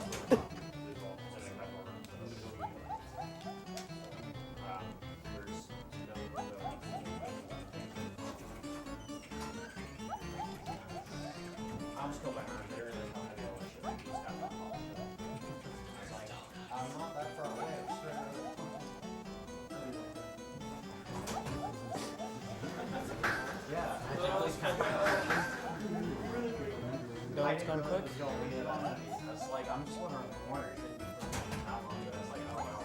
So yeah, here comes the best mini game. Oh, this is the best minigame ever.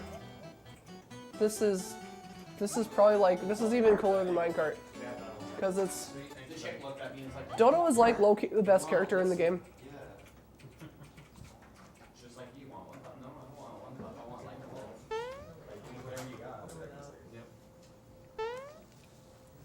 Wow, this is a really slow Super Metroid run. I can't believe it took you this long to get the Golden 4. So Dodo's pretty mad because Valentina was yelling at him again, so she told him to go polish the statues, and we're trying really, really hard not to get caught. But as you can see, Dodo's helmet slides over his eyes when he goes to pick the statues, so we're just gonna do this.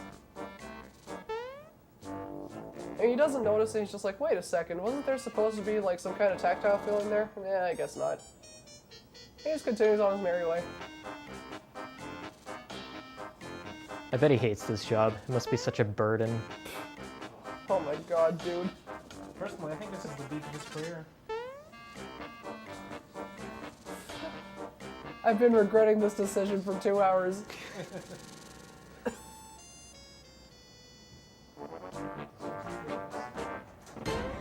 And you have to complete that minigame, otherwise you gotta fight Dodo, which will mess you up a lot, and also not get you the feather, and the feather's kind of important.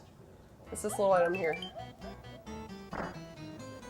And now here's the point where two guards catch Mario, but they kind of hate their job, so they just don't really do anything about it.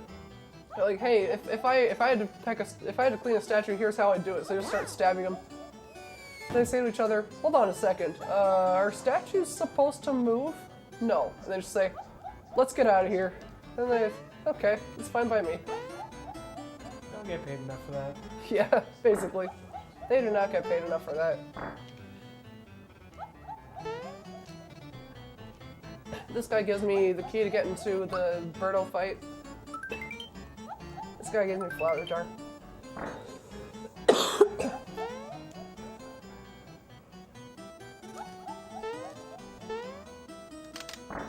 Oh, whoops, I didn't get the skip. Should not have held Y. Actually, can anybody on the couch or in the audience do me a favor? I think I need some more water. I don't know where to get it from, but... There's nowhere to get water? Drive long enough, you can hit Lake Ontario. I live in Toronto, I know where Lake Ontario is. You know not to do it. Yep. So this fight is like pretty simple. There's like an HP gauge on the first part of the fight where we just want to finish on Geno's turn. It's just faster that way. And then for the actual Birdo fight, if we hit her too many times, she's gonna like shoot these really strong eggs at us that are like one-hit KOs if you don't block. So to avoid that, we're only gonna have Mario attack. I was told this fight was fun, but really ain't all it's cracked up to be.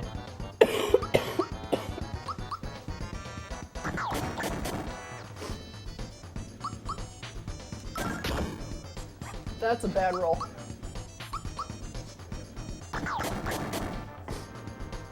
So one more hit, and this will not kill Berto, but we use an item to make up for it. The bad mushroom that I bought in Seaside Town. And of course, did not freebie it. So I have to do Dodo fight with no items, which kind of sucks, but it doesn't matter because I know how to block the attacks.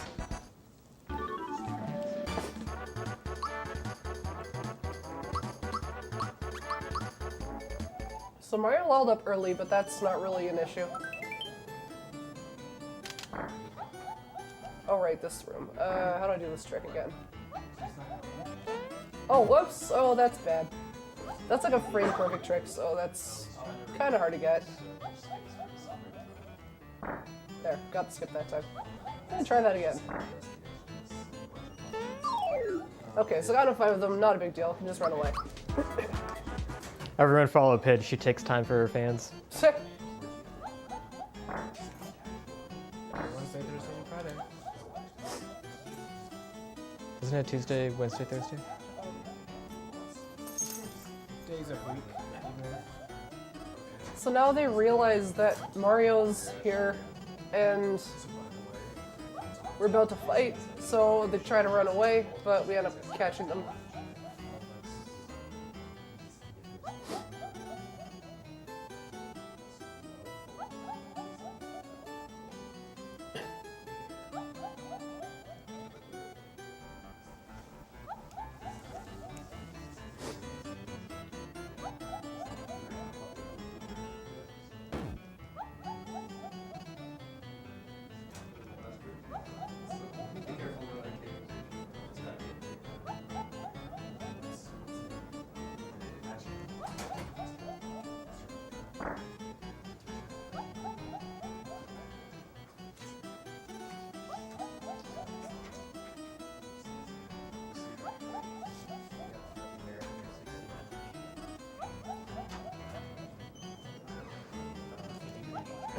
I'm gonna make a quick safety save here.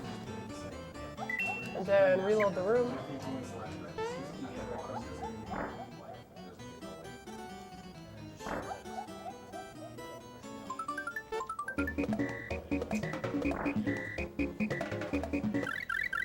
And we just take out Dodo. Pretty free. I love that. It's a floating Tetris piece.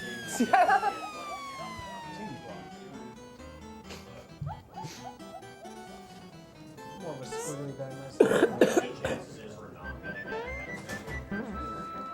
So Dodo and Valentina took off, and we caught up to them. So I'm gonna fight Valentina to win back the castle for Mallow.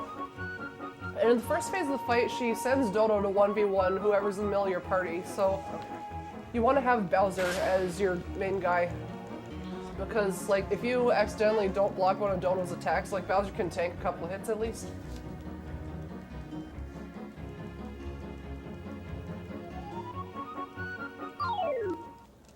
So the fight starts off, and she's yelling at Dodo again.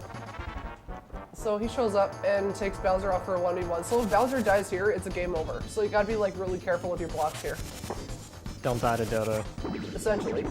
That's my split name, don't die to Dodo. Well, that move does nothing, so it's pretty good. Because I don't have a bad mushroom or firebomb, like, the fight's gonna take a little longer. And I gotta be really careful about blocking.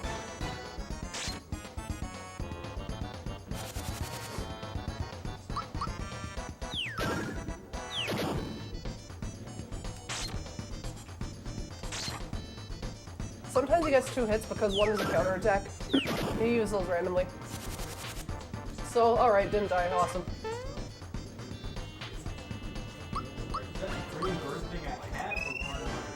I think it's just a hat, but I'm not sure. Oh, thank you so much.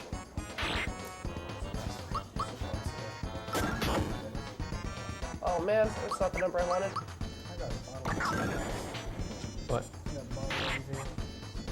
Envy? So here's where Bowser comes back.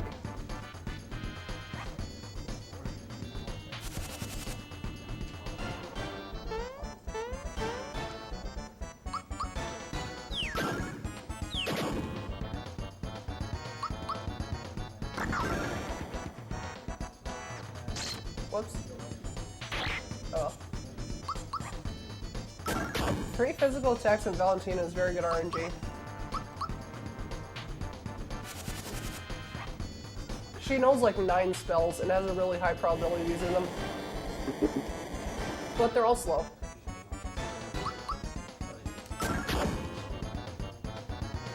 And that fight's pretty easy. It's just like 4 attacks from Mario and it's pretty much over. So she takes off and drops the key.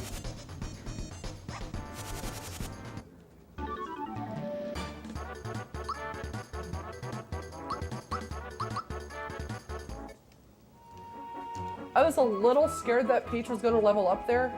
If that happens, I can't do the swap glitch, but it didn't happen, so we're all good.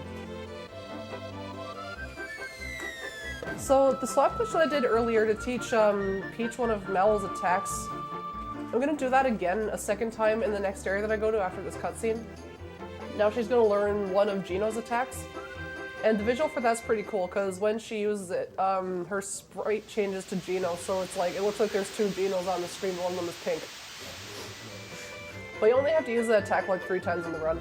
We used to use it a lot more, but then the route changed and we use Bowser in Factory now instead of Peach.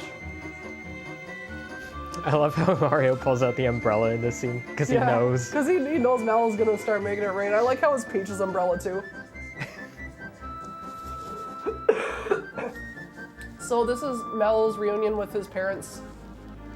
He's never met them, but this is his first time actually like meeting his real mom and dad, so they're just happy that he's home and that he saved them. So he just kind of like introducing them to the whole party, and his father is like a huge fanboy because Mario, Peach, and Bowser are all like celebrities in this universe, so he's just like, in the English version, he starts asking them all for their autographs, and Mallow's mom is just like, dude, will you stop? Like, calm down, you're embarrassing our son. And he's just gets like so excited to meet all these people. It's a pretty good cutscene in English, but in Japanese, just kind of like want to mash through it.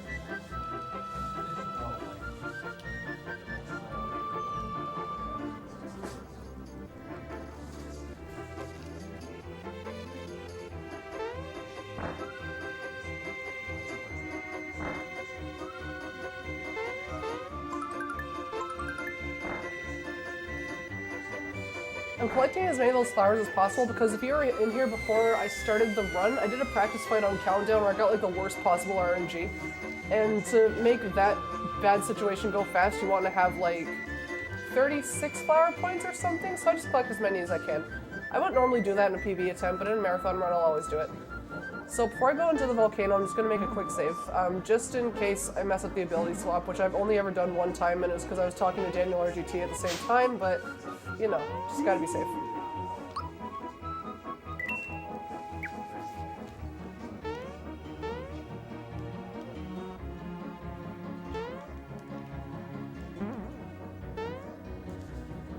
So now we are allowed to go through the hot springs because Mallow is royalty, and if you fall off the hot springs, you fall right into a steaming hot volcano.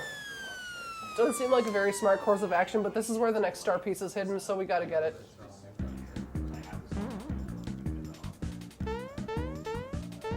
This area's got some pretty neat platforming too, as well as just jumping over enemies.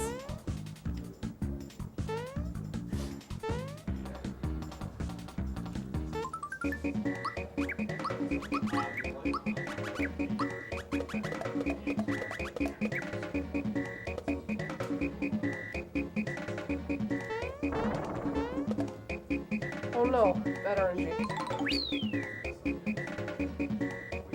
What the? Okay, that was bad, but okay, doesn't matter. Oh, I had a little extra XP, so they still got all their level ups anyway. Awesome. I took out that one extra enemy that randomly spawned in the Loam Temple, so that's why that happened. That's a good backup. I should write that in the wiki.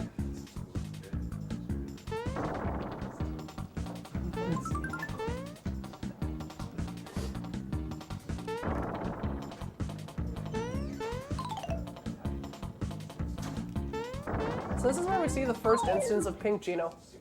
Peach is super fast because I gave her the super suit, and this is what happens. Just kind of a cool glitch, because that swap that I just did in the Volcano star menu ended up teaching her that attack, so she learns Geno Blast for the last part of the run. It's a pretty sick glitch. I love it. And Mario levels up from that, which is great. So he's going to be super strong for the accent fight. And I got to do a menu here. I get him attack, scarf, and super suit, and execute strength feather. I think that's how that works. Let me just double check. Pretty sure that's how that's supposed to look. Yeah.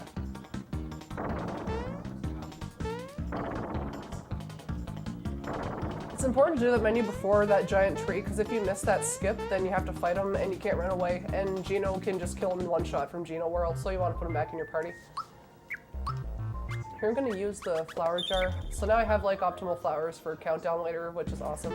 I'm just going to save here just because the accent fight sucks.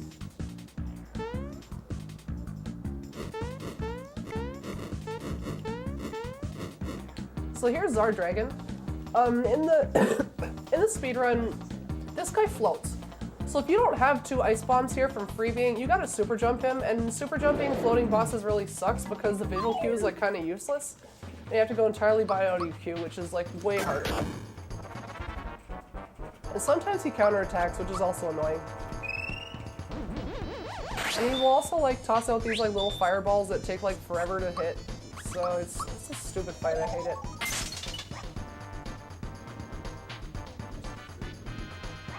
I'm gonna use Howl on Mario, but it does nothing. Because Mario's got super suit and attack scarf. This is the stupid attack I was talking about. He just like sends all these guys even and it takes forever. Big time loss. And see ya, Geno. Doesn't matter. We don't use him in this fight anymore.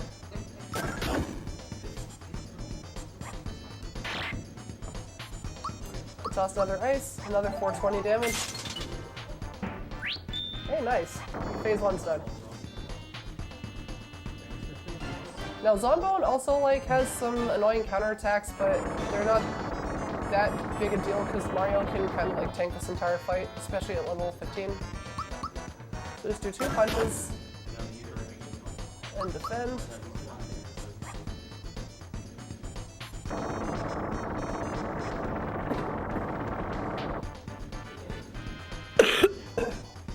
And another punch.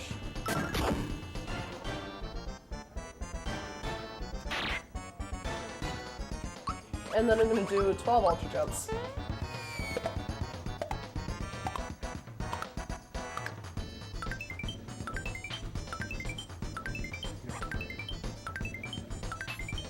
Now when I say 12, I'm not including the first jump. It does not count towards your total. So whenever I'm giving a number, I don't include like the initial jump because it's calculated differently for the damage.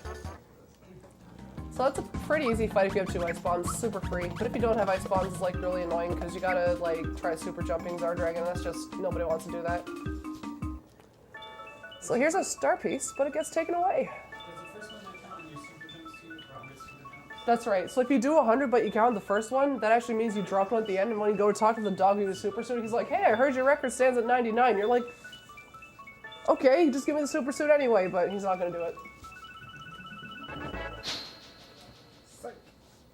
Yeah, so I thought I had a star piece, but the totally legally distinguished rangers are definitely taking it away from me. I'm gonna have to fight them for it. This is where I start like forgetting what to do because the strats deviate, so I'm just like, I have like on my phone just like a set of notes that I use for like the freebie bosses.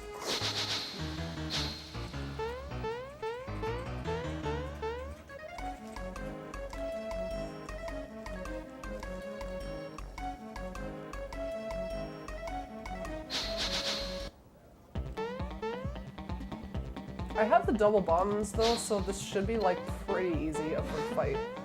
As long as like my ultra jump RNG isn't the worst thing in the world.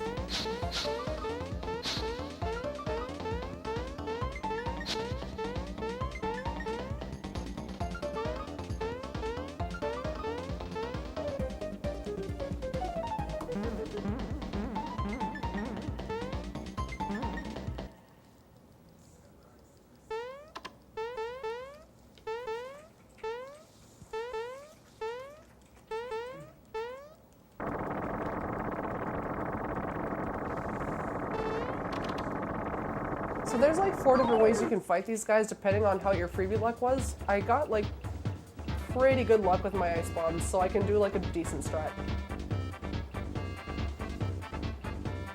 But you always start off by tossing the rock candy that I got all the way back in Booster Pass for that hidden treasure chest. You keep that in your inventory until now. So where is that? There it is. So it looks kind of like an ice bomb. It's really easy to mix them up. You don't want to do that. And toss the fire. I saved that fire bomb from earlier. I couldn't freebie any of them. And of course that one freebies. Oh my god, dude. So now, because I use a fire bomb, I have to do some ultra jumps on these guys. I want to land on each of them one time.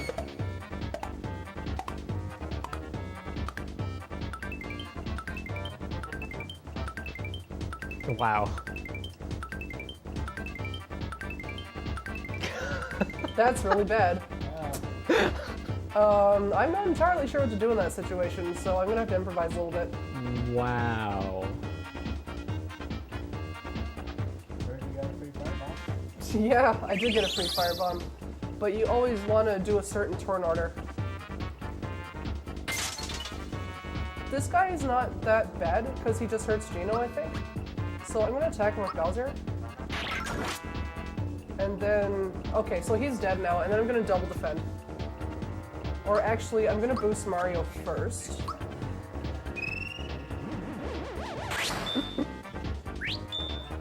And then I'll defend with Mario. Okay, so Geno's dead. That does not really matter because I'm going to toss the ice bomb now. You only need Bowser and Mario for the next phase of this fight. Okay, so this is starting on Mario's turn, which is exactly what you wanted to do. Because 2 Breaker Beans will kill your entire party.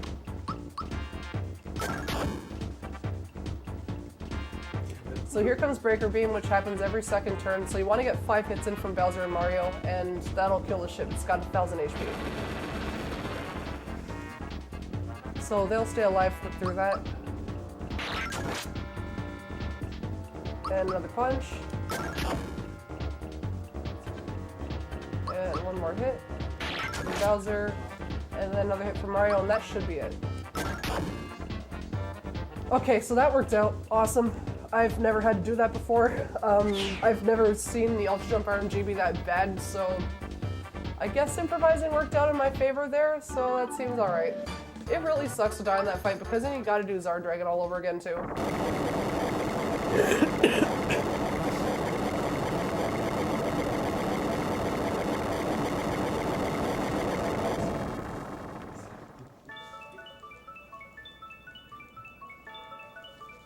So the next thing I have to do is, the next area is we're going back to Bowser's Castle because it's the last place in the world we haven't checked and we're still missing a star piece. So in Bowser's Keep, if you've played this game casually before, you might remember that there's 6 doors and you have to beat 4 of them. And there's 2 puzzle doors, 2 platforming doors, and 2 battle doors. We can actually manipulate the RNG because the doors are like, they follow a random sequence. We can manipulate the RNG so that we never get a battle door. And there's 2 ways to do it. I'm gonna try the harder way because I only know how to do it in Japanese. And I'll kind of explain how that happens when I do it. I gotta, get out of my way. We gotta do this cutscene first because there's a floating bus that can take us from Nimbus Land back to Bowser's Keep, and Mallow's parents are the ones that run it, and it was under repairs, but they've just fixed the repairs, so they're gonna take us over there. So we just do this cutscene to activate it, but then before I go there, I'm gonna make a save and then reset the game.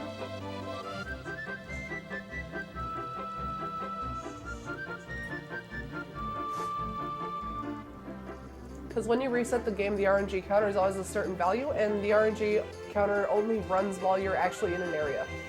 So if we leave Nimbus Land on a certain frame and get into Bowser's Keep, the doors are locked as soon as you enter, and there's like a certain flowchart you can use to figure out which one it is. It's like a 7-frame window to do it. It's been a while since I did this trick though, because I've been practicing English version, which is like totally different. So I'm safe here. Make a backup save just in case. I'm sad you're doing this from Nimbus instead of Mario's pad. Now I can't make a joke about skipping battle doors being a pipe dream. So basically the way that we do this is I just launch the save file and I just buffer a left input and I just run straight left for 2 rooms like this. Then I run down left in this room. Then I run left and hang an up and go talk to this guy immediately. And I just kind of mash through this cutscene and I dismiss the final text box on a certain frame that has a visual cue and an audio cue to it. And if I do it right in a 7-frame window, then I know for sure I will not get a battle door as long as I follow the flowchart. There's an easier way to do this that just uses a Mario pad that always sets it to 1, 2, 4, and 5, but it's slower, so I didn't want to do it.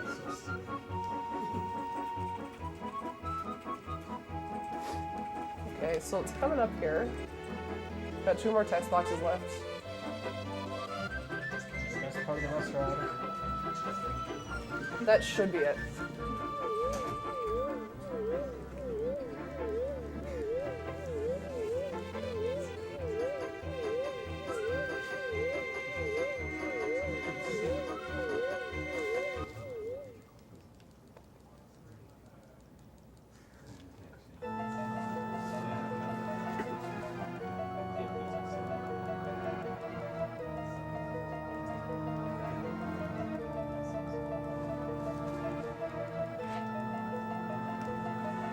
So now we're back to Bowser's castle, and we're a lot stronger, so we can infiltrate and not have to worry about Bowser's army. He's gone missing and all that crap. Because we got a super suit, so no one's gonna mess with us.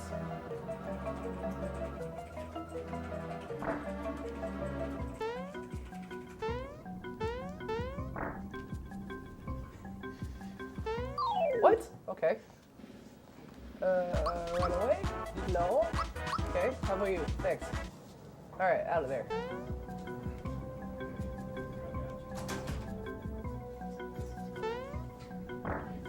So this is where the doors come up.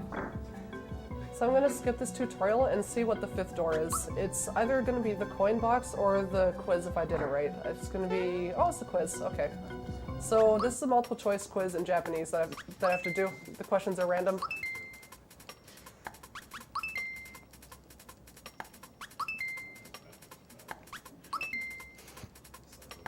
You didn't pick 69.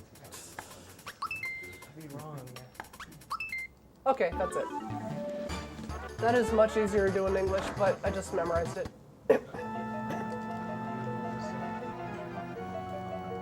And here we just have to count the barrels. So it's 8, 10, 11, 13.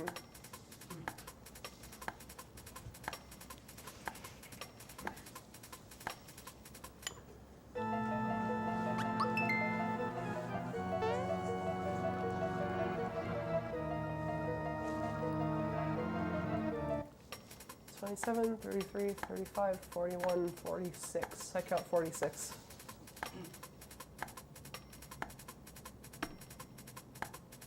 There's like a way you can count if you know a base number plus the differently colored barrels, but like my eyes aren't that good, so I can't tell them apart.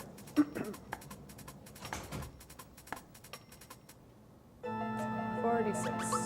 Alright, awesome. I forget what this minigame is. Oh, it's the marathon minigame. Okay. These guys are like, they give you random text, 1 of 4 options, and you gotta like give them a certain order. So he came in 3rd. He's 2nd. And he's 1st. Okay.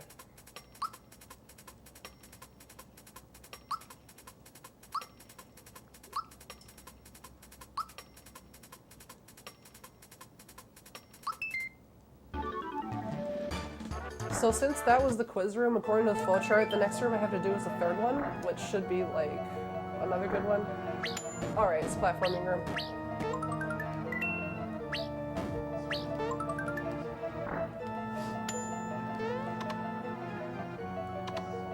I never get through Bowser's Keep without screwing up at least one room. It's usually this room. This is the one that I usually mess up. Donkey Kong. The Donkey Kong room. I'm not good at this room. See, every single run, man, every single time. Oh well. This room looks like a barrel of fun. Oh my god. Boo. I don't think there are any boos in this room. Okay, screw that guy. I got through. So now I do door number 2, I think? I hope so. Okay, yeah, door number 2. This is where I want to be. As long as it's not a battle door, it's good. Or a goat. And next I do door number 6. This room is super slow though, because as you can see, the platforming is like, you gotta wait for it. I think I did that a little slower than I needed to, but just to be on the safe side, I did it anyway. What is that last platform's problem? Don't want to touch the bombs because they make you reset the room.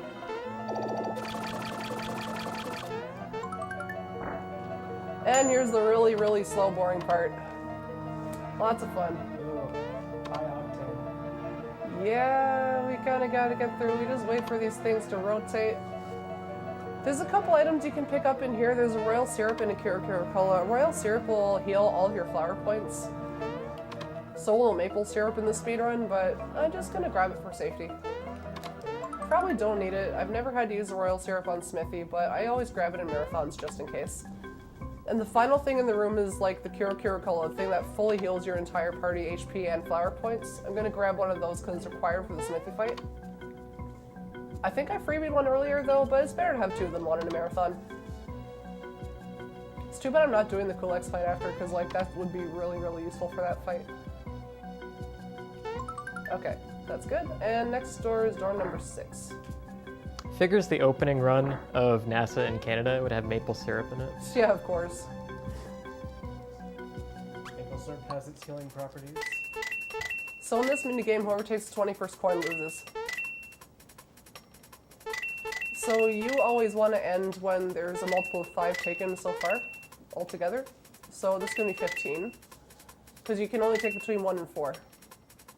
So this is 20, and he's going to have to take the 21st. Pretty simple, pretty easy. There's a pattern that he can do that'll make it like impossible for you to win, but I've never seen it. I like how you did 4 hits to get to 20. Yeah. That room is super simple. Now here's ball solitaire. This is like a logic puzzle that you might have like seen in restaurants as a kid or something. Oh crap, I did a tutorial by accident. You just want to like, you just kick the cannonballs over each other and that gets rid of them, and you want there to be only one left at the end. If you played this game as a kid, you probably hated this puzzle.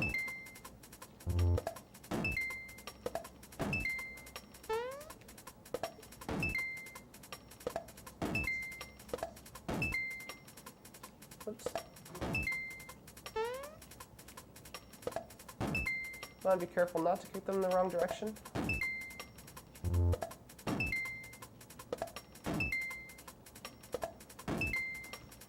There we go. I just like memorize that pattern. We actually have like an app for it. And get the rock candy, and then it's time to fight Magic Koopa. This fight is like really simple. You just hit Magic Koopa 5 times and throw a fright bomb at him, but like I actually did have a run last week where I got a 1 in 256 chance of a miss on your physical, and that slows down the fight by a ton because he starts summoning dudes at you.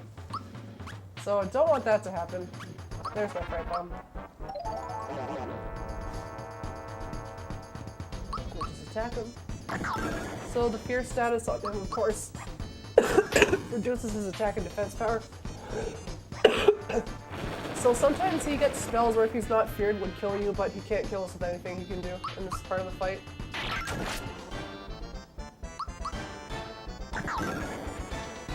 So his last punch should do it.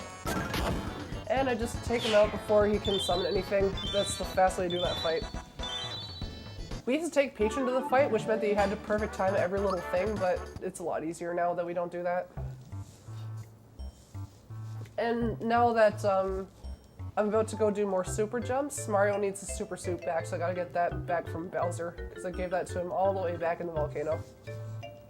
You think Bowser stretched out the super suits, now it's just super oversized? Probably. Okay. One more menu. First I'm going to sort my items and then do some equip swaps. So I'm going to give Bowser his weapon back. We take that off during the accent fight just so that like the damage works out a little better. Whoops, I did not do that one properly at all. There we go, whatever. Got through. You don't want to get into a fight with those cannons because they're like kind of annoying to run away from.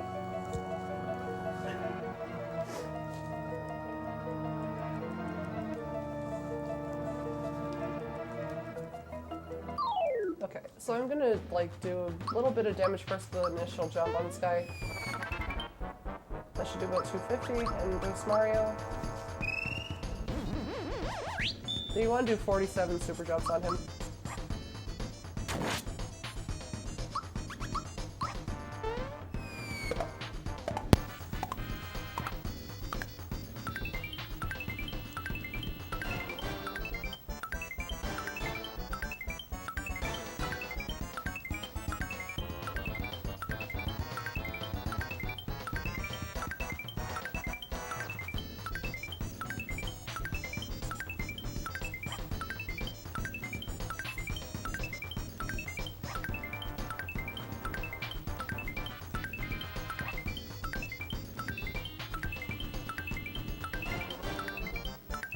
Oh, that was too many, but it's okay.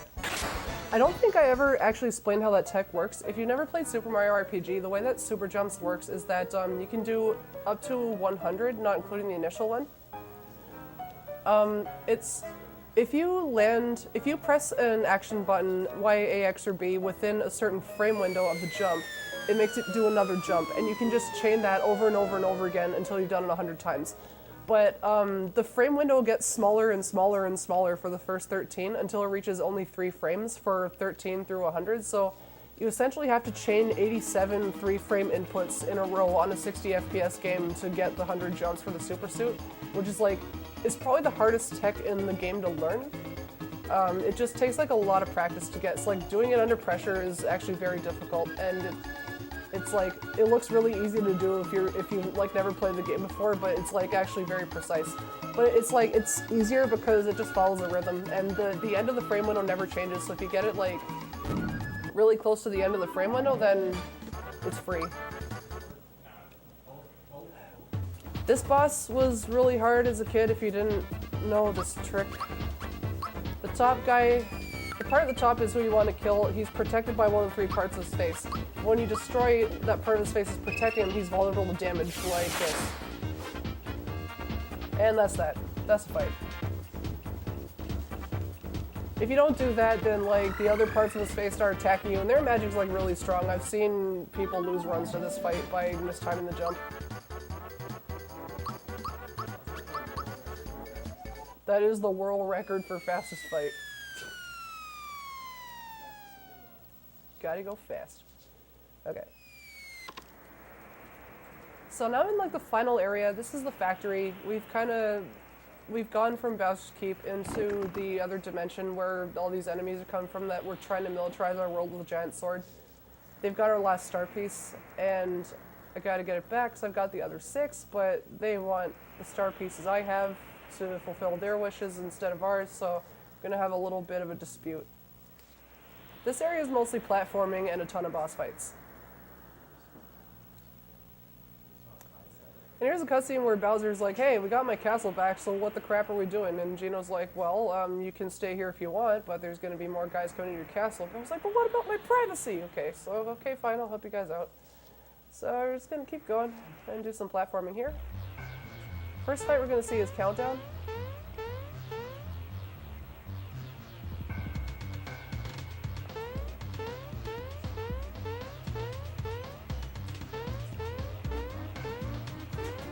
Whoops. Okay. Don't want to get in a fight with that guy.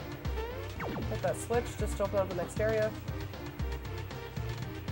I'm going to briefly save here just because like the Countdown fight can be difficult if something goes wrong. It's a very, very scary fight.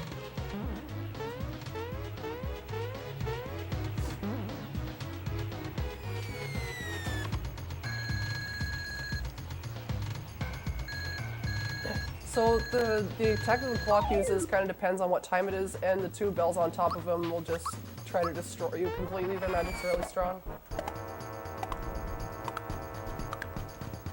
So I'm going to do 1 ultra jump on each, minimum, and boost Mario. I'm going to do defense boost for safety. And Bowser tosses a rock candy. So we got lots of those now. Yeah, oh, nice freebie. That's good.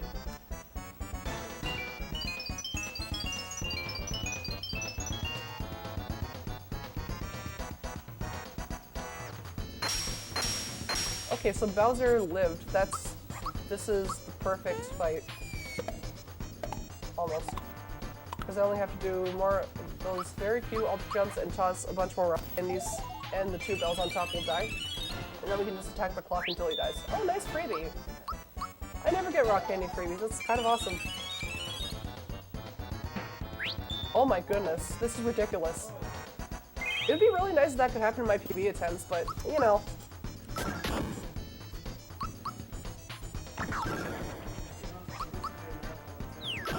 I mean, that's pretty much what I'm doing for the next 3 weeks. Alright, nice optimal fight. Yeah, definitely.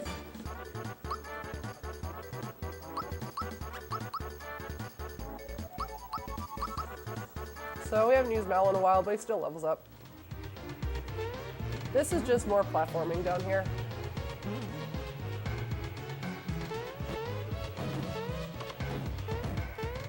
Oh, that's not the jump.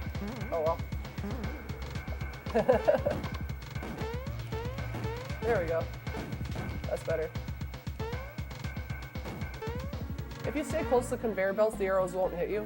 There's a bunch of arrows that kind of fall down to like smack you in front of the conveyor belt so you get into fights. But if you stay close to the belts, they just don't appear.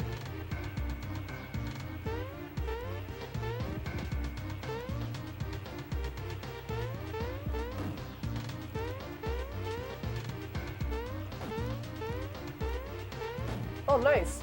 I couldn't even do that in practice. This fight is kind of hard, so I'll save. I've seen people die to Earthlink before, so I'll save there. This fight would just super jump him. Super easy. Machine made Yardovich. Remember this guy? We got a clone of him.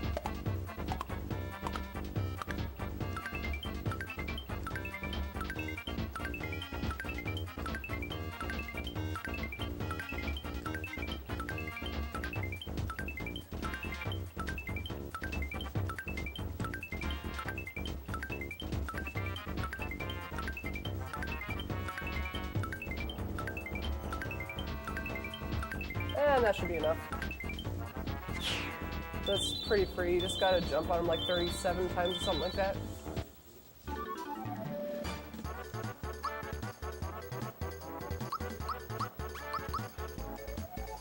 But of course, right after him is like an actual boss fight.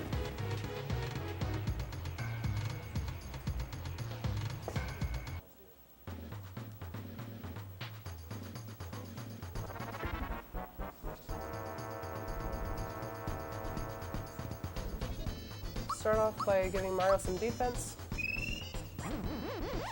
Here what happens is like, which of these 2 guys you kill first determines what happens in the next phase of the fight. There's 1 of 2 giant mechanical snakes that you can fight. Oh, that's unfortunate. Oh wait, no, he's got safety ring, so never mind. We want to kill the guy on the right because the snake that appears with the dude on the left can be just super jump to death. And he uses attacks that are blockable. It's like not every attack in the game can be blocked. If you remember when I was fighting Croco, he tossed bombs that can't be blocked and did physicals that can be. So this one, the snake that I'm about to fight, he's got 3 different attacks and 2 of them you can perfect block, 1 of them you can't, and the one that you can't block, like that one might actually kill you if you drop jumps. So you want to be like really careful here. And this fight sucks because the snake, the super jump timing on interval on the snake is slightly different from every other enemy in the game. It's like a little bit longer between jumps, so it's really hard to do.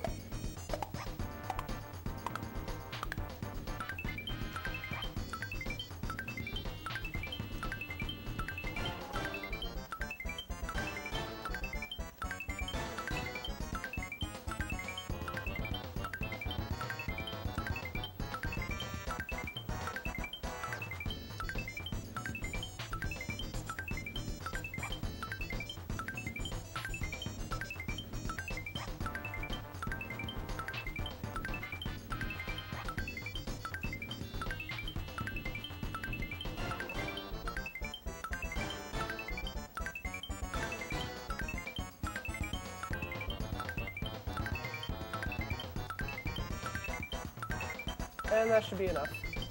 Alright, that did it. You want to get exactly 64 jumps on him. That is probably the hardest enemy in the game to super jump on just because of the different timing interval. But it's pretty easy once you get used to it. So I gotta do one final swap here. Swap. Oh wait, no, that's the wrong one. I want to swap Peach with Bowser and do some quits. Peach gets that and that. Okay. So this is the final area. This is like the boss rush part of the game.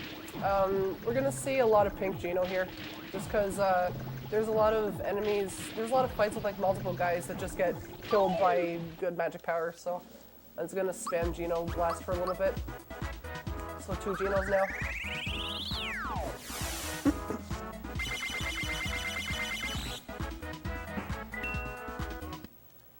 Pretty free.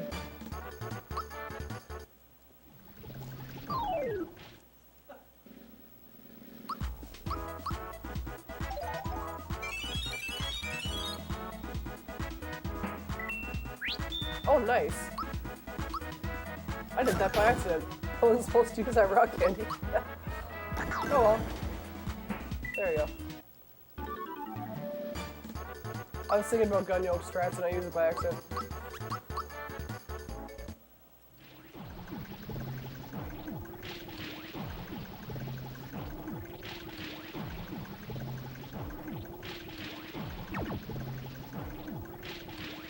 And of course, Mallow's getting himself into trouble because that's just what he does best.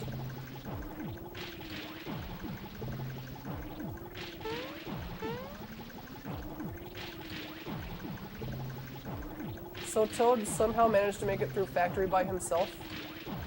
I really don't know how that happened, but I guess Toad's OP and we should have had him in our party this whole time, but we got one final menu with him. He's gonna give us a rock candy. And I'm just gonna buy some extra items from him for safety.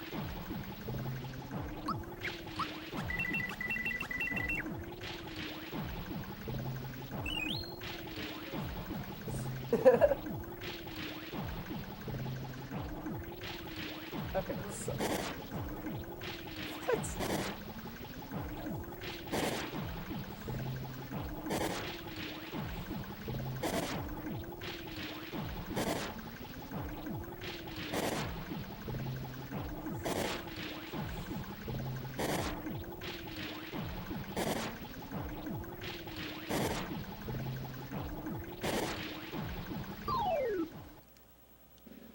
Alright, so I'm just gonna spam Geno Blast. Yeah, this is the Shovel Knight area.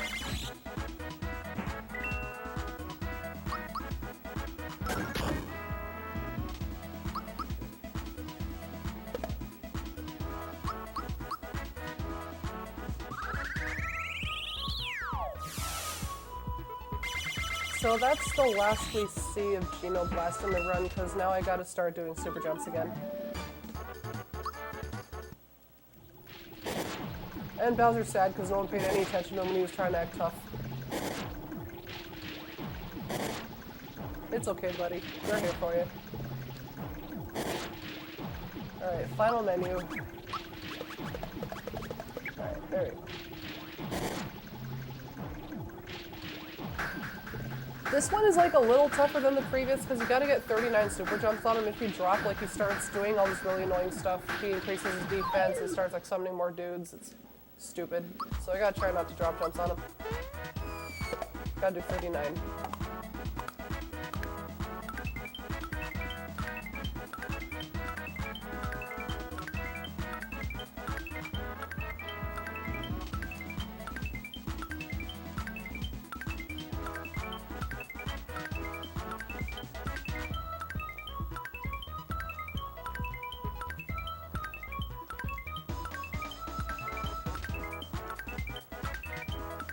That should be enough. 707? Yeah, that's enough.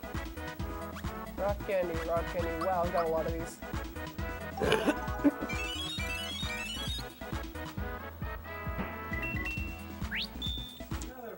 I freebied like every single one. This is ridiculous. Even the one that I used by accident. Yeah. Oh man, it would be nice. Actually, no, my PB was like that, but I just screwed everything else up.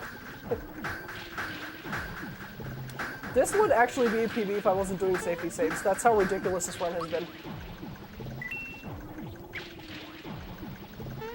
Oh, I guess I didn't need to save for gun yoke, but I will anyway.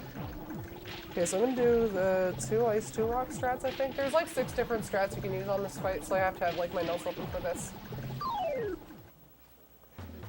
Sleepy bomb. Actually, how many ice bombs do I have? I've got 3 ice bombs. What? Okay, this is awesome. Where's my sleepy?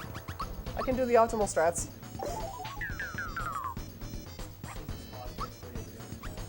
This is free. You're gonna like this fight.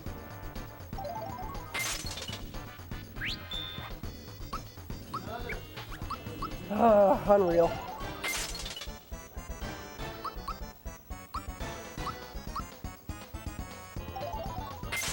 Lots of 420s.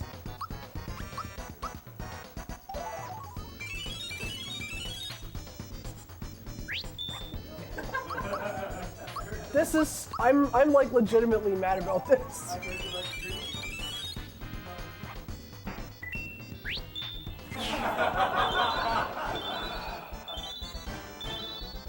This is stupid, man. This would PB if I wasn't safety saving. Alright, one final save and it's the final boss.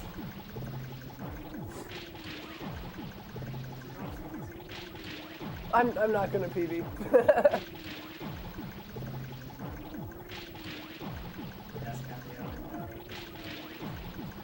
What'd it say?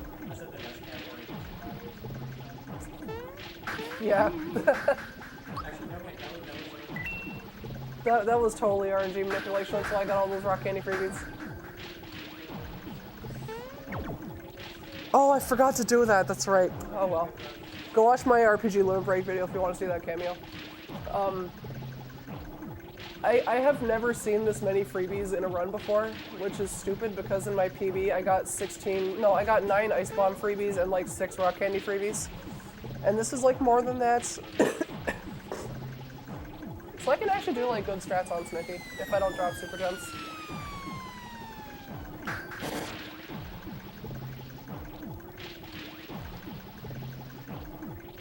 I freebied every rock candy except the one on Axums. That's kind of stupid.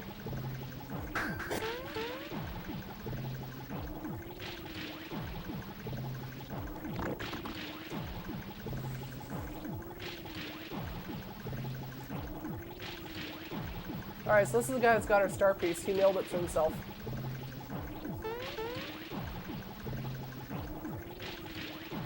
So I gotta check my damage and see how many super gems I gotta do based on this punch. Oh, that's good RNG.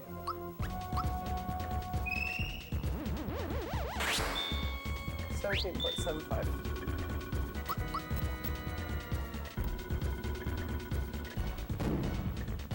Okay, if I drop this, it's kind of bad, but not a big deal, so I'm gonna try not to.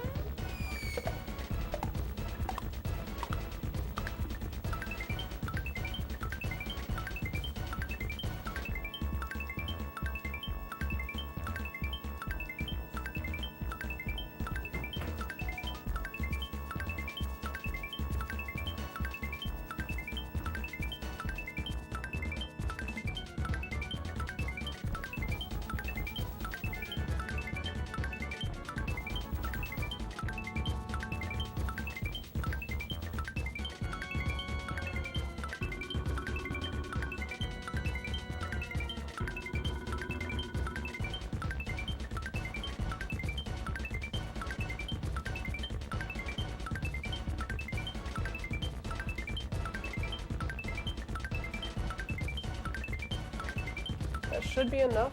Yeah, it's enough.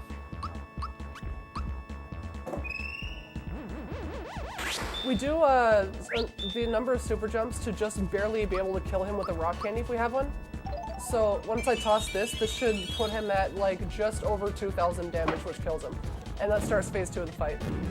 And the reason that I have to do that is because like, you always want to end this on Peach's turn so that you start the next phase of the fight with Mario. And when that happens, Mario starting off the fight gets you 3 attacks in on him on his weakest form before he transforms, which is like really good for racking up damage because he always transforms after the first turn. If you end with anyone other than Peach, then he just transforms immediately and it's like a lot slower. I'm really glad that like my phone survived that because I don't need any more notes from now on. Phase 2 is an absolute tank, by the way. Yeah, you could say that. This is where I usually start dropping super jumps, but sometimes I've gotten double hundos in marathon runs, sometimes I don't. So, but this fight's pretty free if you know what you're doing. Each of his different transformations are weak to different things. You just gotta, like, remember what they are. Okay, so he's got 8,000 health. I'm gonna be counting damage in my head.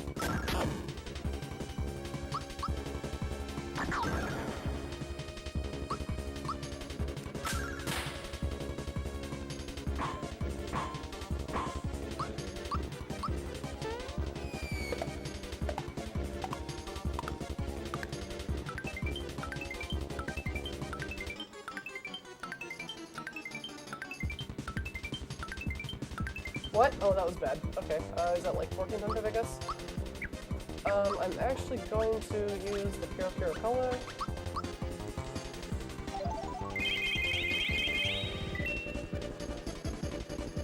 She will survive that. Use this on 1800.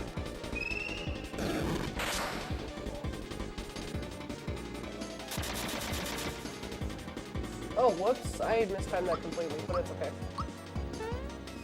I hope.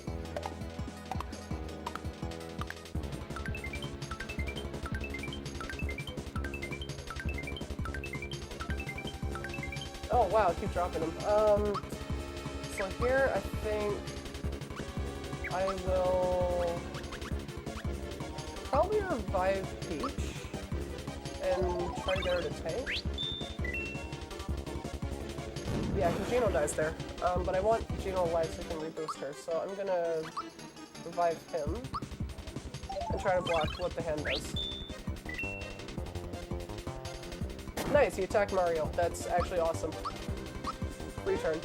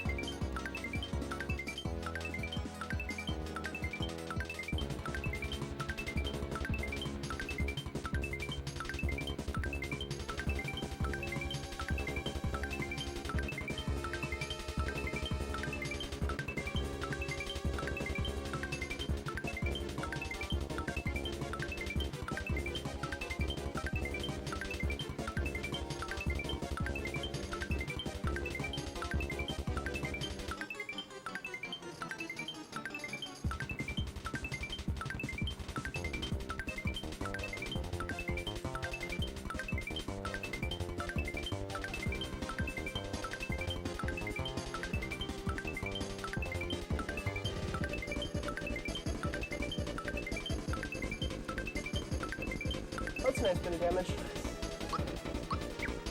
So I'm gonna boost her again. So he's at like 5,000 damage now, it's like 3,000 to go. He has a 50% chance of transforming every turn. So he didn't, which is good. Because super jumps is like by far the fastest way to get damage on him. And so the hand wasted its turn, so if I get another 100 super jumps, this fight's over. Even less than that, actually.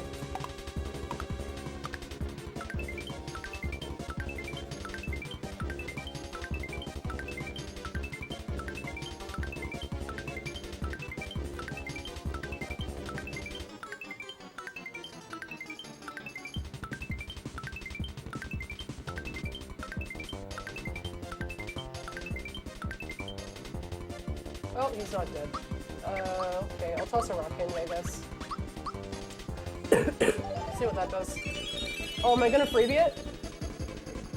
No, how? How did I not? Oh my god, terrible. Run and Bellin.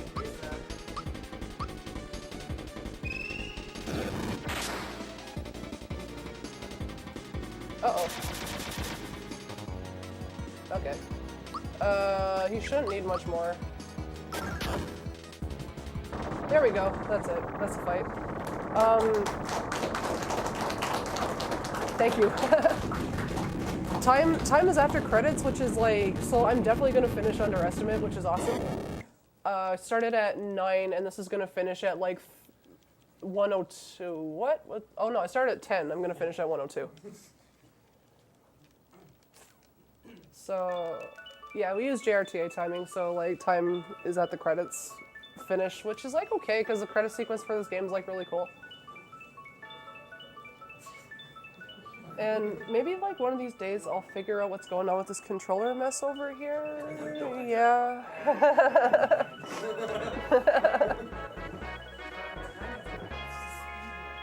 Yeah, I wasted time by swapping out the controller, and that's like the only reason this isn't a sub 3. Yeah.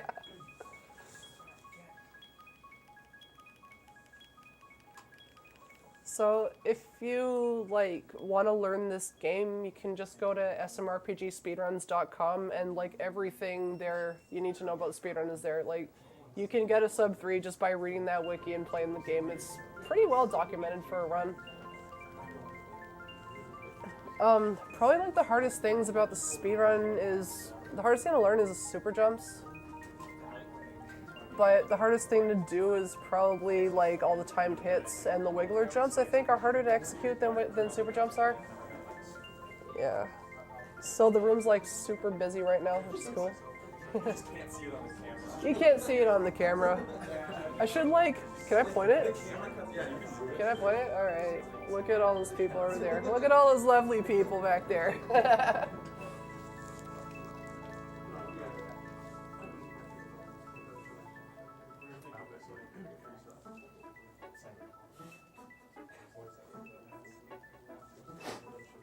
And that's Geno's actual spirit. He's going back home, so he left the doll.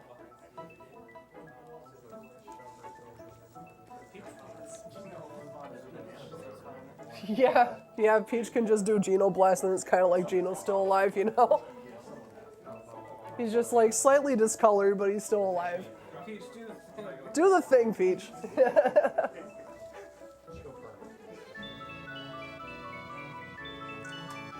Oh yeah, I don't have to press any buttons anymore.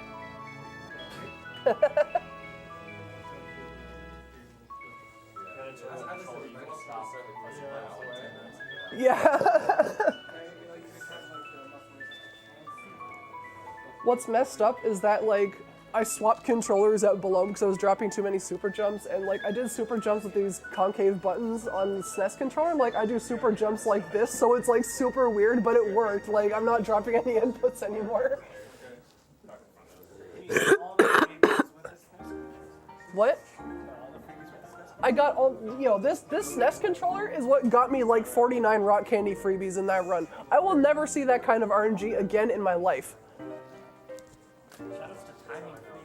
Yeah, man, that was like all timed freebies. Shoutouts to the SMRPG Discord teaching me how to time freebies.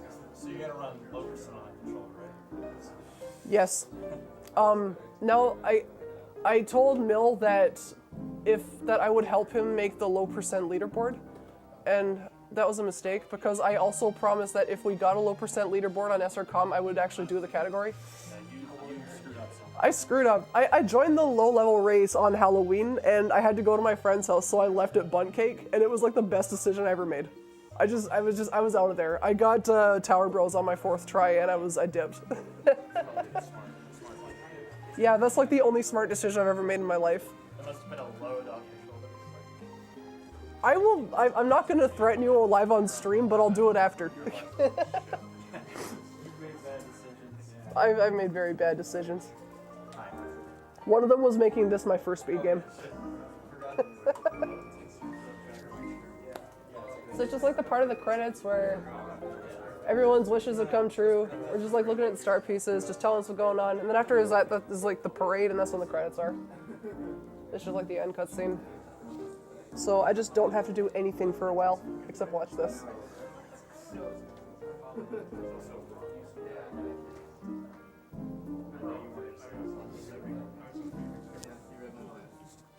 I just like want to give shoutouts to the dudes on my couch, Elm and Biglaw. Those puns were absolutely terrible, and I love it. It's like it's just not a run unless like there's friggin' terrible puns all over the place. Absolutely unparable. Literally the first thing I did when I got here was make everyone eat. Yeah. That's impressive. Shout out to CFB standing over there. Doing Super Metroid next. You better get hyped for that. It's a lot shorter than this was. I thought there was another game. They switched it because it was like, why not have two Super Nintendo games back to back? Oh yeah, shout outs to Cypher and Void who are coming to this marathon but weren't here for this run. Oh, is Void coming? Yeah. When's he getting? I have no idea. I don't think he knows either. Seriously, man. The two guys that actually speedrun this game aren't even here. It's Green Mario. It's Green Mario. I think I heard somebody say recently. I think it might have been like a comment during your Limit Break run. But I think somebody said they actually thought that was Mario. Oh yeah, because they were colorblind. Yeah, that makes sense. That was Daniel, I think. Was it? Oh, Yeah, it was. Daniel was colorblind, so he thought that Luigi at the start of the parade is actually Mario because he's red-green colorblind.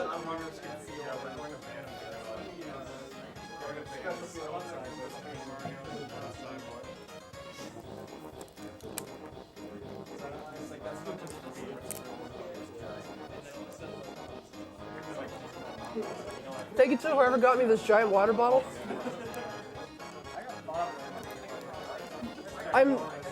I'm actually like really happy that I finished Underestimate because like I've been sick for 3 days and I feel like I'm dying and I thought I wouldn't be able to do super jumps like this.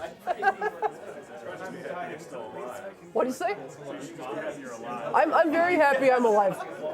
I was messaging Sean Cass on Twitter before my run, and I've just complained to him that I felt like crap, and he's like, so go to a coffee shop and get some tea, and I'm like, that's a great idea. What would I do without you? So I walked out, I went to Tim Hortons, and I walked straight into a tree on my way there. I'm like, okay, I'm not ready for this run.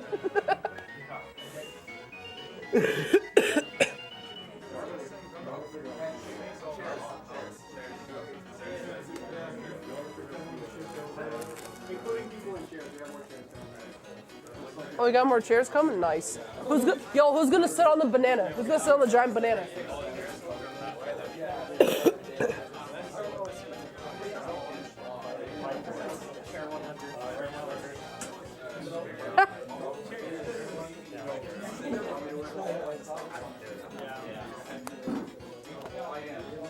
What time is it? Alright, there's like 4 minutes left, and then it's done. Excuse me, sorry, we're rearranging the room. Well, mic connected. I got a mic on.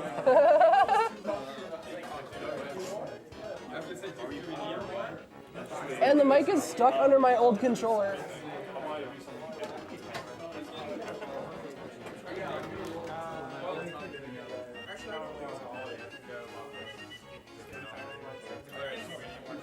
I'm just glad that it wasn't this loud in here when I had to do jumps. That's hard to do without headphones.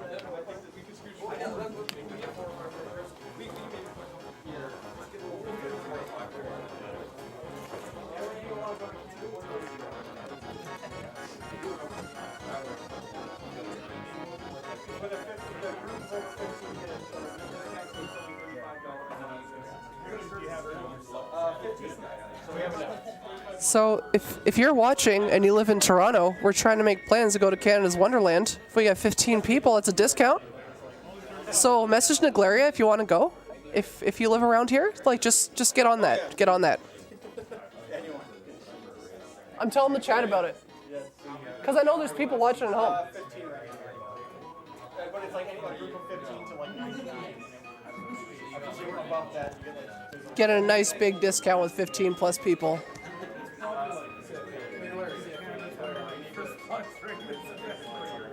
I'd like to thank Canada's Wonderland for sponsoring this event.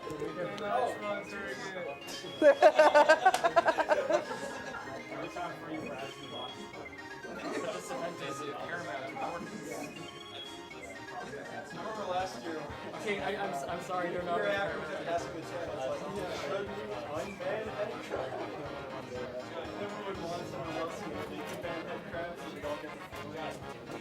Oh, time's coming up, like in like 2 minutes.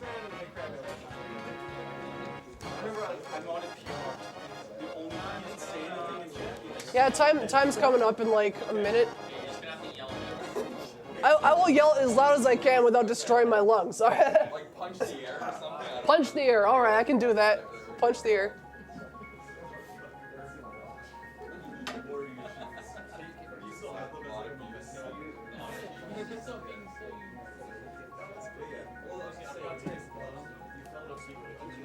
All right, fireworks, and then and then time. What? Dude, that's pretty dope. I wanted to sit on that during my run, but I knew I wouldn't be able to do super jumps in that thing. Do you think you could speed runs and see it try? You should totally try it, dude. If you want it, you can do it. Yo, chat, press 1 if CFB should do Super Metroid in the banana boat chair. Yeah, when the letter D shows up.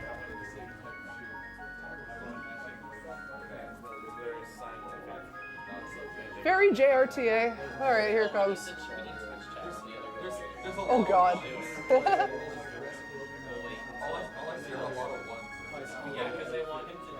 All right, time's coming up.